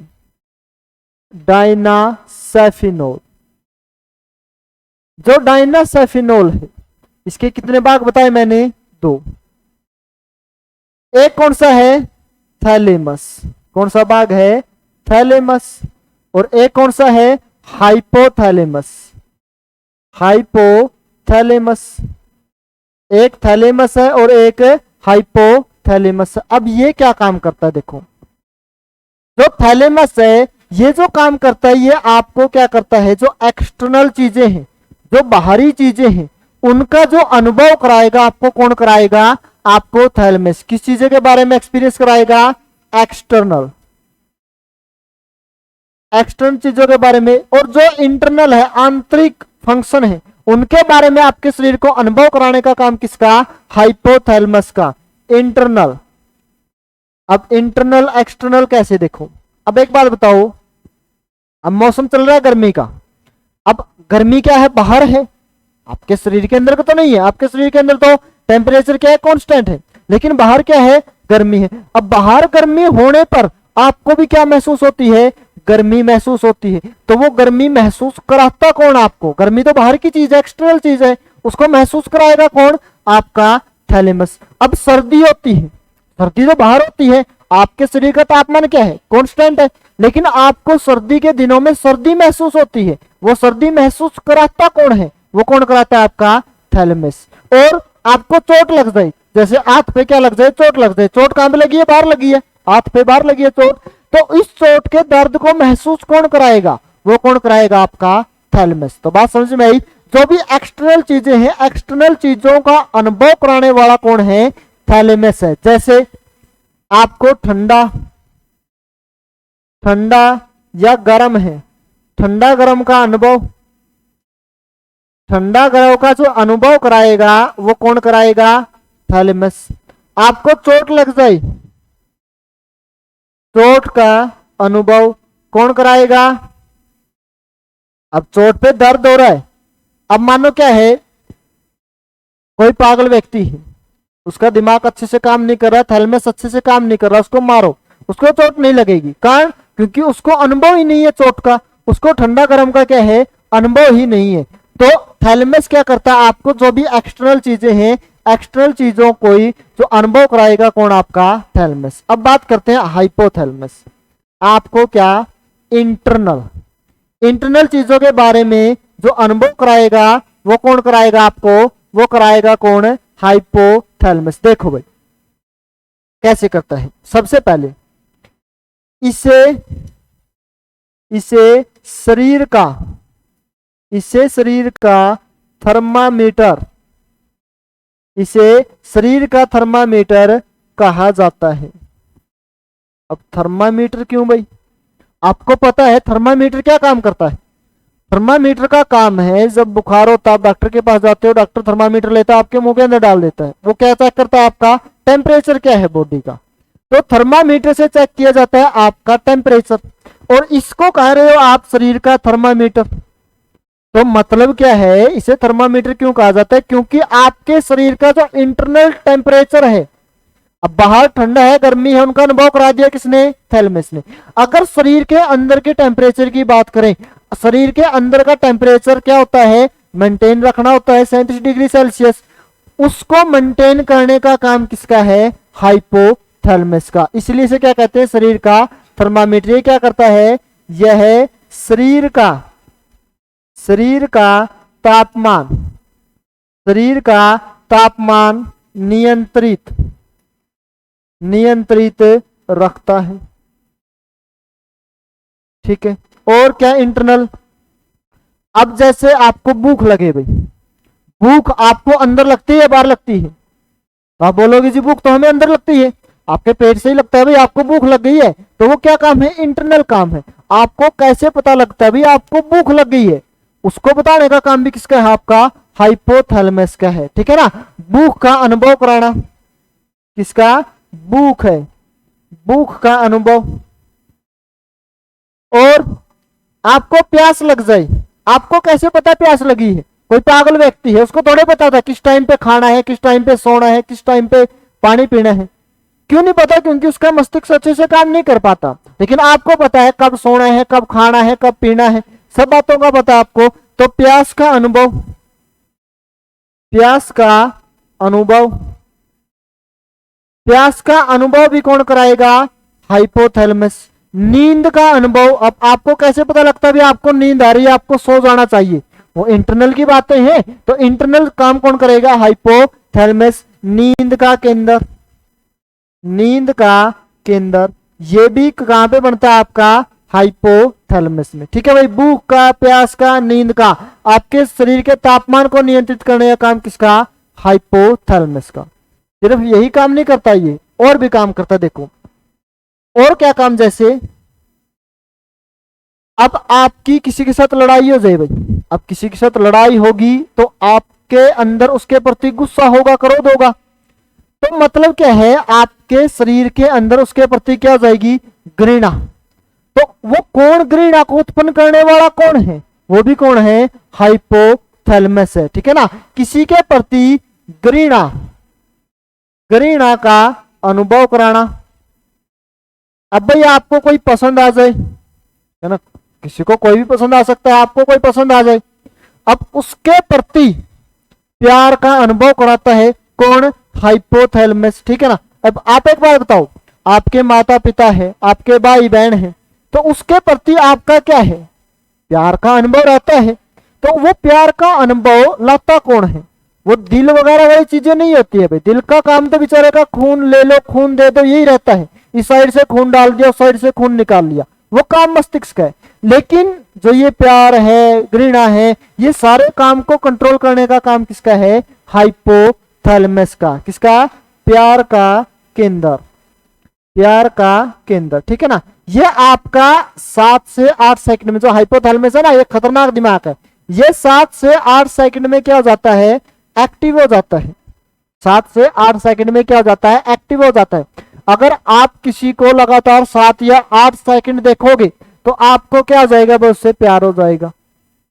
अब प्यार का केंद्र कहां पे बन रहा है, हाइपोथैलेमस में। तो प्यार किसी से भी हो सकता है, प्यार प्योर को वैसे कोई वास्तविक चीज है नहीं, ये क्या है, सिर्फ एक अट्रैक्शन होता है ना। दो बंदों के अंदर क्या होता है, सिर्फ ये अट्रैक्शन है, बस इसका नाम दे दिया गया है क्या, प्यार है। ये वास्तव में क्या, एक अट्रैक्शन है। कौन करता है, हाइपोथैलेमस। तो हाइपोथैलेमस का काम समझ में आया भाई, जो भी इंटरनल चीजें होती है, ठीक है ना। बाहरी चोट कौन मारता है, थैलेमस। अंदर की चोट कौन मारता है, हाइपोथैलेमस, ठीक है भाई। शरीर का तापमान, भूख, प्यास, नींद, घृणा, प्यार, ये सारे के सारे कामों को नियंत्रित करने का काम किसका, हाइपोथैलेमस का। आपके 3 क्लियर हुए, कौन कौन से, सेरिबरम, थैलेमस, हाइपोथैलेमस। अब आते हैं लास्ट पे। लास्ट कौन सा आपका, वो है आपका ग्राणपाल्य, ठीक है ना। स्पेस थोड़ा रह गया भाई, इसको थोड़ा छोटा करते हैं अपना। अब तीसरा पार्ट हमने कौन सा लिखा था, ग्राणपाल्य। ग्राणपाल्य, ओल्फैक्टरी लोब। अब ये क्या काम करता है, देखो। अब आप सुबह घर से आते हो, बस में चढ़ते हो, बस में चढ़ते ही आपको समझ में आ जाता है भी कौन सा व्यक्ति कौन सा सेंट मार रहा है, फोका मार रहा है या कोई और मार रहा है। तो उस चीज को समझने वाला कौन है, आपका मस्तिष्क का एक पार्ट है जिसको बोलते हैं ग्राणपाल्य। आपकी संवेदना जो नाकों से जाती है कहां पे, आपके मस्तिष्क में, वो पहचानता है भाई ये क्या है, ये सेंट है या बदबू है, ठीक है ना। तो इसका काम क्या है, सूंघने की अक्षमता। सूंघने की अक्षमता, सूंघने की जो अक्षमता है वो किसमें होती है, ग्राणपाल्य। आप यहां से, जो हरियाणा है, ग्रुप डी के क्वेश्चन उठा के देख सकते हो, कितने क्वेश्चन है जो आपके यहां से बने हैं। एक ये आया था, एक आपका आगे आएगा। सूंघने की जो क्षमता है वो मस्तिष्क के किस भाग में होती है, वो होगी किसमें, आपकी ग्राणपाल्य में, ठीक है ना। अब कीचड़ से आपको बदबू आती है, क्यों आती है, क्योंकि उसमें बदबू है, कौन बताता है, आपका ग्राणपाल्य। अब आपको क्या है, किसी फूल से क्या आती है, सुगंध आती है, कौन बताता है, आपका ग्राणपाल्य। यही बात क्लियर भाई। मस्तिष्क का सेरिबरम सोचने समझने की बात है, आपकी मेमोरी है, याददाश्त है, वो सारी इसके अंदर। आपका डायनासेफिनोल, थैलेमस, हाइपोथैलेमस। थैलेमस ठंडा गर्म, बाहर की जो चीजें हैं उसके बारे में अनुभव कराना, और अंदर की चीजों के बारे में अनुभव कराना किसका, हाइपोथैलेमस का। और ग्राणपाल्य का काम सूंघने की अक्षमता। ये क्लियर हुआ आपका कौन सा भाई, फोर ब्रेन। अब बात करते हैं किसके बारे में, अब बात करते हैं भाई आपके मध्य मस्तिष्क के बारे में। किसके बारे में, मध्य मस्तिष्क। अब मध्य मस्तिष्क है जो आपका मिड ब्रेन है, मिड ब्रेन है, ये क्या काम करते हैं, इसके कितने पार्ट बताए थे मैंने आपको, 2 पार्ट बताए थे। कौन कौन सी, एक था आपका कोरपोरा, कोरपोरा पेंडिकल। ये क्या है भाई, ये काम क्या करता है, देखो। आप किसी चीज को देख पाते हो, ठीक है ना। आप फोन है, फोन के अंदर आप वीडियो देख रहे हो। अब इस वीडियो को जो देख पाते हो, देख तो आंखों की वजह से रहे हो, लेकिन इसके अंदर क्या चीज चल रही है उसको समझा कौन रहा आपको, उसको समझाने का काम किसका है, आपका कोरपोरा पेंडिकल का। आप अब ईयरफोन लगा के फोन के अंदर आवाज सुन रहे हो।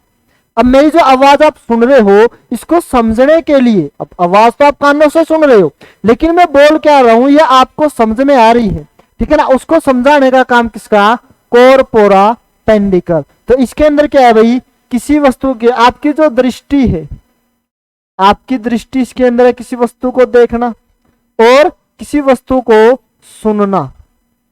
ये किसके अंदर आएगा, आपका कोरपोरा पेंडिकल। वही बात कर लिए। अब आता है कौन सा, दूसरा आपका कौन सा था, सेरिब्रल। कौन सा, सेरिब्रल। अब ये सेरिब्रल क्या काम करता है, ये देखो।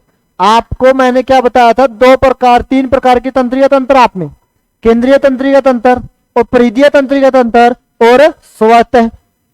जो आपकी केंद्रीय तंत्रिका तंत्र है और परिधीय तंत्रिका तंत्र है, उन दोनों के अंदर जो तालमेल है, क्योंकि एक शरीर से लेके आएगी, कहां पे डाल देगी, केंद्रीय में, और केंद्रीय कहां पे लेके आएगा, मस्तिष्क तक, तो उनके अंदर तालमेल करने का जो काम है वो किसका है, सेरिब्रल का। तो ये क्या काम करेगा, यह केंद्रीय तंत्रिका तंत्र, केंद्रीय तंत्रिका तंत्र और परिधीय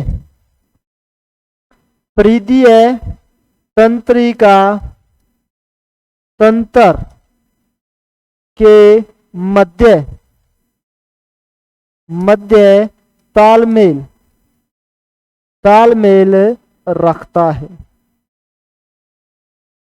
ये दो काम है भाई किसके, आपके मध्य मस्तिष्क के, किसी वस्तु को देखना, सुनना, और तंत्रिका जो केंद्रीय तंत्रिका तंत्र है और परिधीय तंत्रिका तंत्र है, उन दोनों के बीच में सामंजस्य स्थापित करने का काम भी किसका है, आपका मध्य मस्तिष्क का ही एक भाग है। अब बात करते हैं अपने किसका, पश्च मस्तिष्क के बारे में। जो आपका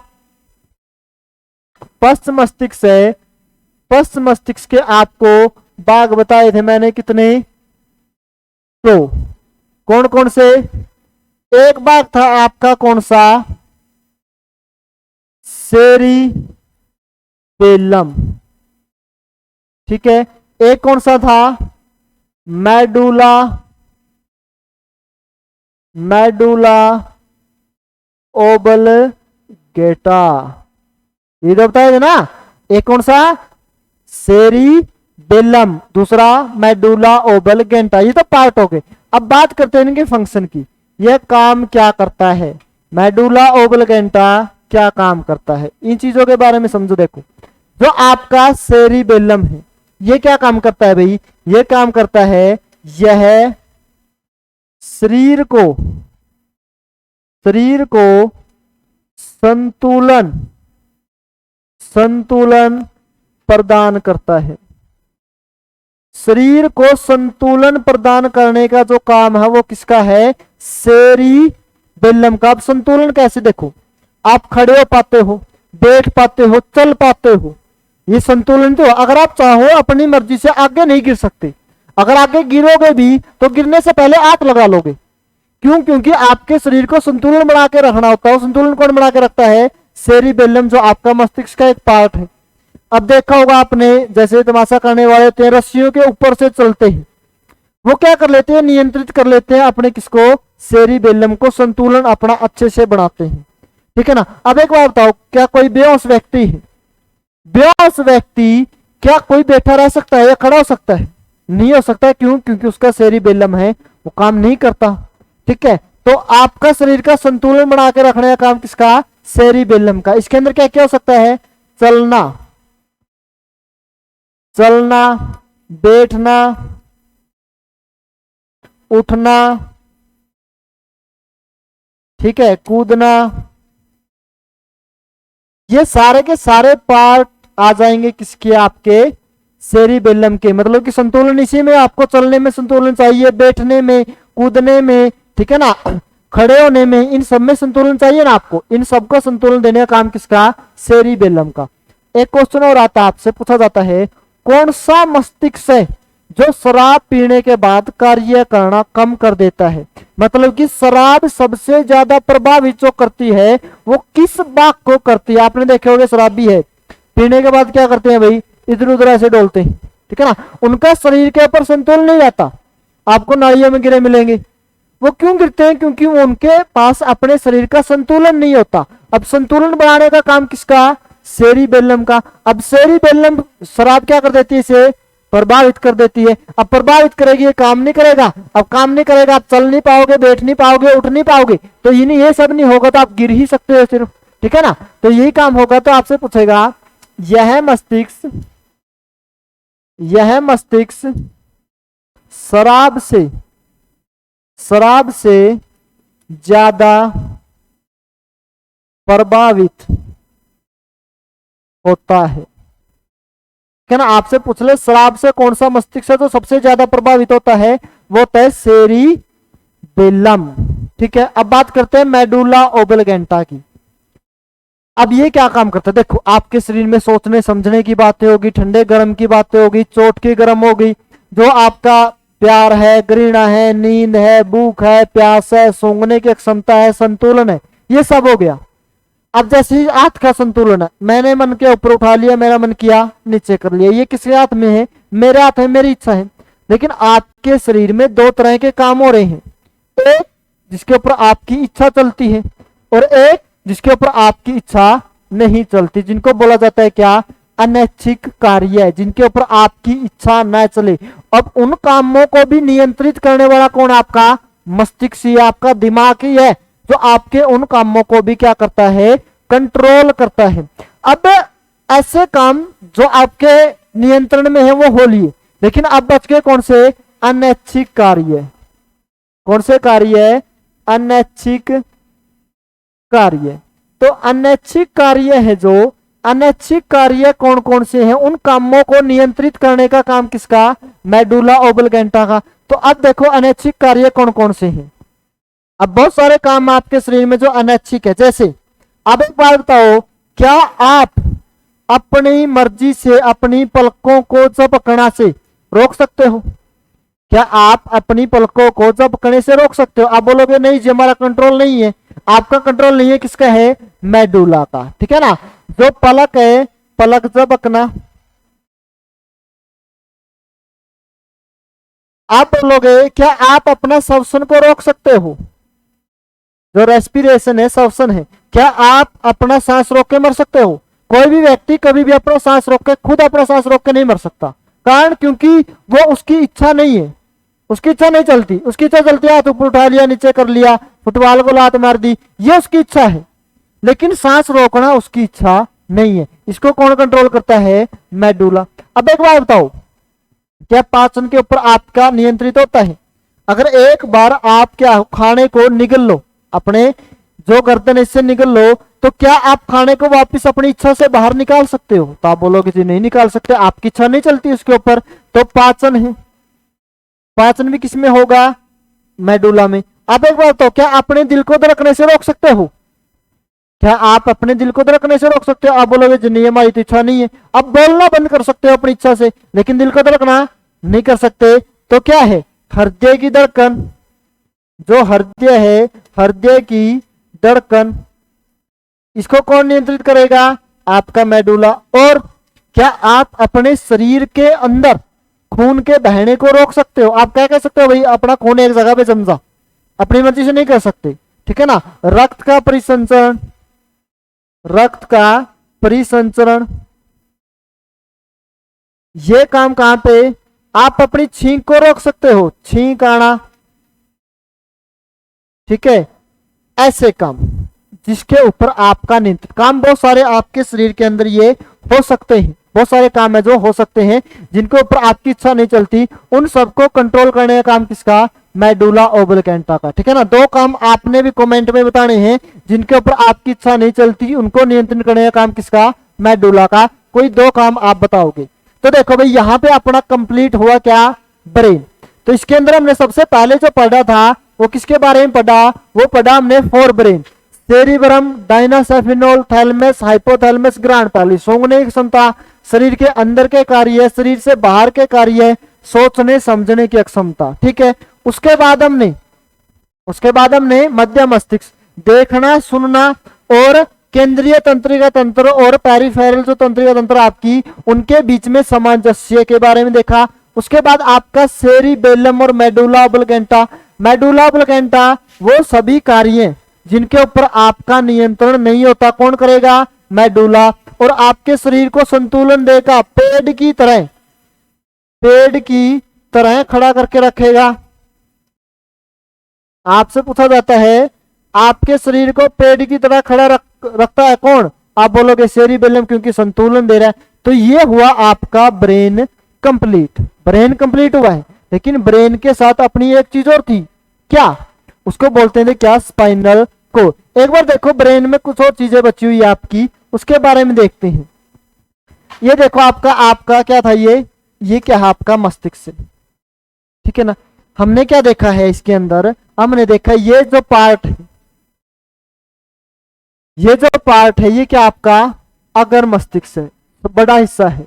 ये क्या है अगर मस्तिष्क, तो पढ़ चुके हैं हम, इसके 3 पार्ट है। ठीक है, ये आपका क्या जाएगा, ये आएगा आपका क्या, ये पूरा का पूरा आपका बीच में क्या आएगा मध्य मस्तिष्क, मध्य मस्तिष्क। और यहां पे लास्ट में देखो ये आपका क्या है पश्च मस्तिष्क, ये क्या है पश्च मस्तिष्क, आपको दिख भी रहा होगा। यहां पे देखो आपको मेडुला ओब्लिगेंटा दिख रहा है, ये पोन्स एक और पार्ट मैंने बताया था जो आपको सेरिबेलम दिख रहा है यहाँ पे, ये आपका क्या है पश्च, ये आपका पूरा का पूरा बड़ा अगर, और बीच में क्या है आपका छोटा मस्तिष्क है। अब देखो यहाँ पे आपसे क्वेश्चन क्या पूछेंगे, आपसे क्वेश्चन पूछा जाता है जो आपका मस्तिष्क है, ये पूरा का पूरा मस्तिष्क आपके कहाँ पे है, शरीर के सिर में है। शरीर के किस भाग में है, ऊपरली भाग में है, जो आपका जहां पे सिर है। अब आपको एक चीज देख रही होगी, आप बोलोगे जी हमारा जो मस्तिष्क है ये बहुत नरम है, सेंसिटिव ऑर्गन है आपका। अब क्या सेंसिटिव ऑर्गन को हम ऐसे ही छोड़ सकते हैं, कोई सेफ्टी नहीं है इसकी? ऐसी बात बिल्कुल नहीं है भाई। आप देख रहे हो ये आपका मस्तिष्क है, और यहाँ पे ये चीज देख रहे हो ना आप, यहाँ पे क्या होती है हड्डियां होती है, यहाँ पे इसके चारों तरफ क्या होती है हड्डियां होती है, जो क्या करती है, जो सुरक्षा प्रदान करती है किसे, आपके मस्तिष्क को। अगर ऊपर से कोई चोट लगेगी ना तो पहले क्या टूटेगी, हड्डियां टूटेगी, हड्डियों के बाद क्या आएगा मस्तिष्क के पास। तो ये हड्डियों की जो संख्या होती है 8 हड्डियां होती है।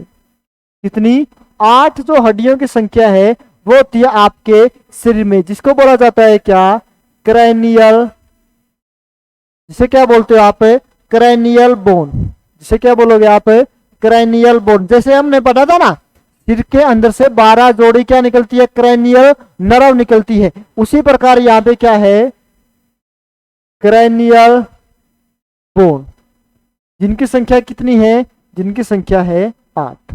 ये क्या काम करती है, ये काम करती है क्या मस्तिष्क को सुरक्षा प्रदान करती है, सुरक्षा प्रदान करती है। क्या काम करती है भाई, ये मस्तिष्क को सुरक्षा प्रदान करने का काम किसका, हड्डियों का। कौन सी हड्डियां, क्रैनियल बोन, ठीक है ना। कितनी होती है, 8 होती है। कहां पे, मस्तिष्क के बिल्कुल ऊपर। क्या सिर्फ यही सेफ्टी है भाई आपके मस्तिष्क में, हड्डियों की?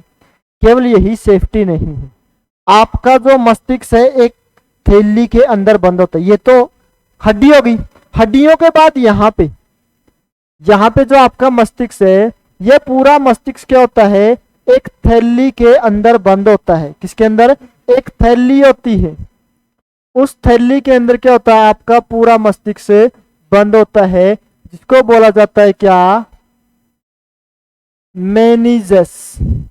क्या बोलते हैं इसको बोला जाता है क्या मेनिजेस। आपका मस्तिष्क है 3 भाग में बटा हुआ, अगला भाग, बीच वाला भाग और पीछे वाला भाग, ठीक है। उसके ऊपर 8 हड्डियां हैं जिनको बोलते हैं क्या क्रैनियल बोन, क्योंकि आपका ये कैसा है सेंसिटिव ऑर्गन है, जल्दी चोट लग सकती है इसको। अगर यही बिखर गया तो आपके शरीर में कुछ बचेगा ही नहीं। ये कितनी हड्डियां हैं, 8। ये क्या करती है, सुरक्षा प्रदान करती है। लेकिन आपके मस्तिष्क में दोहरी सुरक्षा है। प्राथमिक सुरक्षा कौन देगा, जो प्राथमिक है, प्राथमिक सुरक्षा देने का काम किसका, हड्डियों का। द्वितीयक सुरक्षा प्रदान देने का काम किसका। अब ये आपका मस्तिष्क एक थैली के अंदर बंद होता है, जिसको बोलते हैं क्या मेनेजिस। क्या बोलते हैं, मेनेजिस। आपकी एक थैली होती है जिसके अंदर मस्तिष्क क्या होता है, बंद होता है। अगर क्या हो, ऊपर से कोई चोट लगे, ऊपर से क्या लगे भाई, कोई चोट लगे, और चोट लग के ये हड्डियों से होते ही कहां पे, आपकी जो मेनेजिस है इस थैली के ऊपर चोट लग जाए, तो इसके अंदर क्या आ जाती है, सूजन आ जाती है। इस थैली के अंदर क्या आ जाती है, सूजन आ जाती है। और इस थैली में सूजन आने की ही बीमारी को क्या कहते हैं, इसके अंदर सूजन आ जाता है, उसे बोला जाता है क्या मेनिंजाइटिस। क्या बोला जाता है, मेनिंजाइटिस नाम की क्या हो जाता है, एक रोग हो जाता है, एक बीमारी हो जाती है। मेनिंजाइटिस क्या है आपकी, मेनिंजिस के अंदर क्या आना, सूजन आना। तो आपसे क्वेश्चन पूछा जाता है, आपने पढ़ा होगा जो भारत के प्रथम समाज सुधारक थे राजा राम मोहन राय, राजा राम मोहन राय की जो लंदन के अंदर क्या हो गई थी, मृत्यु हो गई थी, तो उनकी जो मृत्यु हुई है वो किस रोग के कारण हुई थी? ये क्वेश्चन पूछा जाता है। राजा राम मोहन राय की लंदन के अंदर जो मृत्यु हुई वो किस रोग के कारण हुई थी? वो किस रोग के कारण हुई थी? मेनिंजाइटिस। किसके कारण? मेनिंजाइटिस रोग के कारण। मेनिंजाइटिस रोग क्या है? मस्तिष्क के ऊपर चोट लगने पर जब मेनिंज के अंदर क्या जाए, सूजन आ जाए, ठीक है ना। तो इस रोग से किसकी मृत्यु हुई थी? राजा राम मोहन राय। राजा राम मोहन राय जो क्या थे, भारत के प्रथम समाज सुधारक थे, ठीक है ना। इनकी क्या हो गई थी? मृत्यु हुई थी इस रोग से। बात क्लियर भाई? आपके मस्तिष्क के ऊपर हड्डियां होती है कितनी? 8। क्या बोलते हैं? Cranial bone. क्या काम करती है?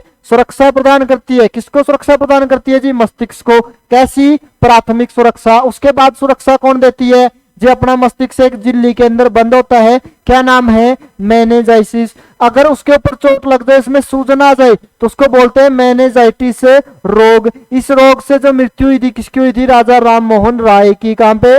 लंदन के अंदर। तो समझ में आई भाई? ये तो हुआ अपना क्या? मस्तिष्क। अब देखो इस मस्तिष्क से ये जुड़ी हुई है, इस मस्तिष्क से ही क्या है, ये एक चीज जुड़ी है जिसको हमने क्या लिखा था? Spinal core. ये लास्ट चीज है, इसके बारे में पढ़ते हैं। देखो ये जो स्पाइनल कोर आपकी, ये क्या काम करती है? देखो आपका ये क्या है? ब्रेन है। ये क्या आपका? ब्रेन। इसी से ही यहां से, इसी से ही निकली हुई ये क्या आपकी? Spinal core. इसको बोला जाता है क्या? मेरु रज्जु। देखो ये आपका सेंट्रल न्यूरो सिस्टम का पार्ट है। आपके शरीर के कार्यों को 90% नियंत्रित करेगा ब्रेन, लेकिन 10% नियंत्रित करेगा स्पाइनल कोर। तो आपसे पूछा जाएगा जो स्पाइनल कोर है वो किस नर्वस सिस्टम का भाग? आप बोलोगे सेंट्रल नर्वस सिस्टम का भाग है। ये जो फिट होती है इसको सुरक्षा कौन प्रदान करता है? इसको तो किसने कर दी? हड्डियों को। इसको भी हड्डियां ही करती है। जो आपकी रीढ़ की हड्डी होती है ना, उस रीढ़ की हड्डी के अंदर फिट होती है आपकी क्या? स्पाइनल कोर, ठीक है ना। जो आपकी बैकबोन है, ये क्या है आपकी? बैकबोन। जो आपकी बैकबोन है, मेरुदंड। क्या नाम दिया गया उसे? मेरुदंड। देखो मेरुदंड के अंदर क्या रहती है? मेरु रज्जु। रज्जु का मतलब रस्सी, धागे की तरह है ये। और मेरुदंड आपकी बोन है जिसके अंदर ये क्या रहती है? फिक्स रहती है, ठीक है। तो ये क्या काम करती है? आपके मस्तिष्क, आपके शरीर का 10% हिस्से को कंट्रोल करती है। रिफ्लेक्स एक्शन के ज्यादा काम में कोई ये करती है। कई बार क्या होता है भाई, आपका जो ब्रेन है वो रेस्ट में चला जाता है या किसी और ख्यालों में खो जाता है। आपने देखा होगा, आप किसी चीज के बारे में सोचने लग रहे हो, जैसे आप कोई भी काम या आप पढ़ रहे हो, आपका पूरा का पूरा ब्रेन है पढ़ाई के ऊपर है, तो उस समय पे जो काम करेगा आपके शरीर को नियंत्रित करने का काम किसका? स्पाइनल कोर का। आपका ध्यान कहीं और है, ठीक है ना। आपका 90% ध्यान कहीं पे और है, तो आपका सारे हिस्से का काम किसके ऊपर आ गया? स्पाइनल कोर पे। ये क्या कर देता है? यहां से जो स्पाइनल नर्व निकलती है उन सबको क्या कर देता है? एक्टिव। ये क्या कर देता है भाई? एक्टिव मोड पे रहो।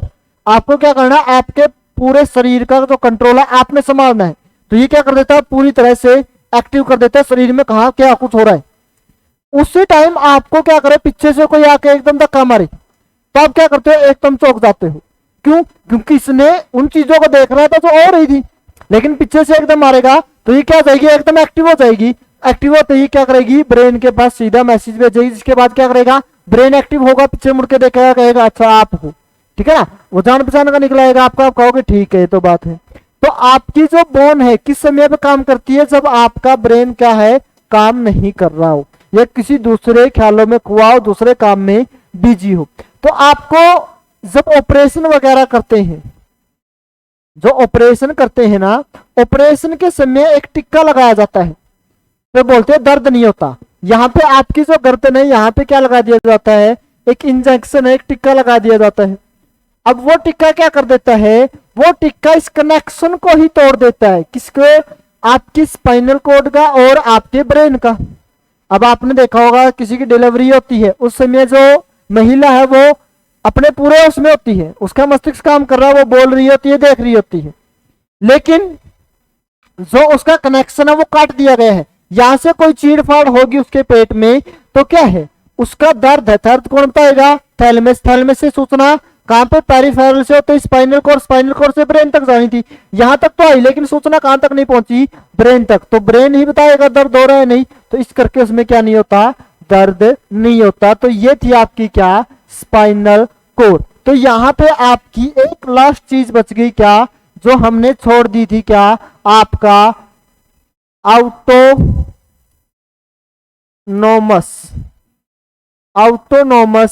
Nervous system, autonomous nervous system, ये चीज हमने छोड़ दी थी। अब ये क्या है, देखो इसका काम है, मैंने क्या बताया था, जब मिक्स हो जाए क्या आपकी सेंट्रल न्यूरो सिस्टम और आपकी पेरिफेरल न्यूरो सिस्टम, तब एक्टिव होती है कौन, आपकी एंटोनोमियस। अब देखो मतलब कि ऐसे काम जो आपकी इच्छा से नहीं हो रही, ये भी कैसे काम, जो अनैच्छिक है, जो कैसे है, अनैच्छिक है, जैसे कामों के ऊपर आपकी क्या है, किसी प्रकार का कोई नियंत्रित है जो आपका वो नहीं है, उन कामों में कौन सी होगी, एंटोनोमियस। जैसी अब मानो आप डर रहे हो, किसी ऐसे प्लेस पे आप गए हो, वहां पे आप क्या हो, अकेले हो गए, अगर आप अकेले हो तो डर लगना क्या है, स्वाभाविक सी बात है, आप डर गए। अगर आप डरोगे तो क्या हो जाता है, डर में, अब डर आप अपनी इच्छा से तो रहे नहीं, अब डर किसकी वजह से, एंटोनोमियस डर। अब जब आप डरोगे तो आपका गला सूख जाता है, ठीक है ना, आपके जो रोंगटे हैं वो रोंगटे खड़े हो जाते हैं, जो रोंगटे खड़े होते हैं, रोंगटे खड़े होना वो आपकी इच्छा नहीं है, तो उसमें भी कौन सा आपका, एंटोनोमियस, ठीक है ना, रोंगटे खड़े होना, इसमें आपकी इच्छा नहीं चलती, आप ना उनको क्या कर सकते, रोक सकते हो, और ना ही आप अपनी इच्छा से वो उठनी है। डर होना, रोंगटे खड़े होना, ऐसे काम, ठीक है ना। अब डर में क्या होना, गला सूखना, क्या सूखना, गला सूखना, ये सारे काम जिनके ऊपर आपकी इच्छा नहीं चलती उनको करता है कौन, एंटोनोमियस नर्वस सिस्टम, ठीक है ना। दो प्रकार का होता है ये कितने प्रकार का होता है आपका, दो प्रकार का ये होगा, एक तो होगा आपका सिंपैथेटिक और दूसरा पैरा सिंपैथेटिक। मतलब क्या है, एक प्रोसेस तो होगी, ये सब चीजें होंगी, डर लगेगा, रोंगटे खड़े हो जाएंगे, गला सूख जाएगा, मतलब ऐसे काम होंगे। जैसे अजबाई आना है, अजबाई आना आपका कोई काम नहीं है, अंगड़ाई आना है, इन कामों को करने वाला कौन है, एंटोनोमियस। लेकिन जब ये काम ठीक होते हैं, इनको रिलैक्स करने वाला, जब ये चीजें आपकी बॉडी क्या हो जाए, रिलैक्स, जब आपके रोंगटे वापस बैठ जाए, अजबाई आ जाए, गला वापस से क्या हो जाए, ठीक हो जाए, तो इन कामों को करने वाला कौन सा, पैरा सिंपैथेटिक, ठीक है ना। एंटोनोमियस आपकी दो प्रकार की। तो ये हुआ आपका कंप्लीट नर्वस सिस्टम, ठीक है ना। इसके अंदर हमने क्या क्या देखा, देखो शुरुआत से देखते हैं अपना। सबसे पहले हमने नर्व सेल के बारे में पढ़ा था, तीन टाइप है, क्या करती है, सूचनाओं को एक जगह से दूसरी जगह पे लेके जाती है, तीन भाग बताए थे। उसके बाद हमने इसके फंक्शन देखे थे, और हमने पढ़ा था अपना नर्वस सिस्टम कितने प्रकार का, तीन प्रकार का। सेंट्रल, सेंट्रल में क्या आपका ब्रेन, और आपका क्या, ब्रेन के साथ आपका क्या है, स्पाइनल कोड, इसमें से ही क्या निकलती है, 12 जोड़ियां निकलती है, इसमें से 31 जोड़ियां निकलती है। जब ये 12 और 31 जोड़ियां क्या हो जाती है आपकी, मिल जाती है, उसे ही क्या बोलते हैं, अपना पेरिफेरल, जो आपके पूरे शरीर में फैला हुआ है। फिर हमने पढ़ा है किसके बारे में, ब्रेन के बारे में, अगला भाग, पिछला भाग, पिछला भाग, उसके फंक्शन के बारे में हमने पढ़ा था। तो ये आपका कंप्लीट नर्वस सिस्टम है जो हमने अभी कंप्लीट किया है। आपका कोई भी डाउट हो तो आप कमेंट सेक्शन में अपना डाल सकते हो। थैंक यू भाई, आशा करते हैं आपको ये वीडियो अच्छा लगा होगा।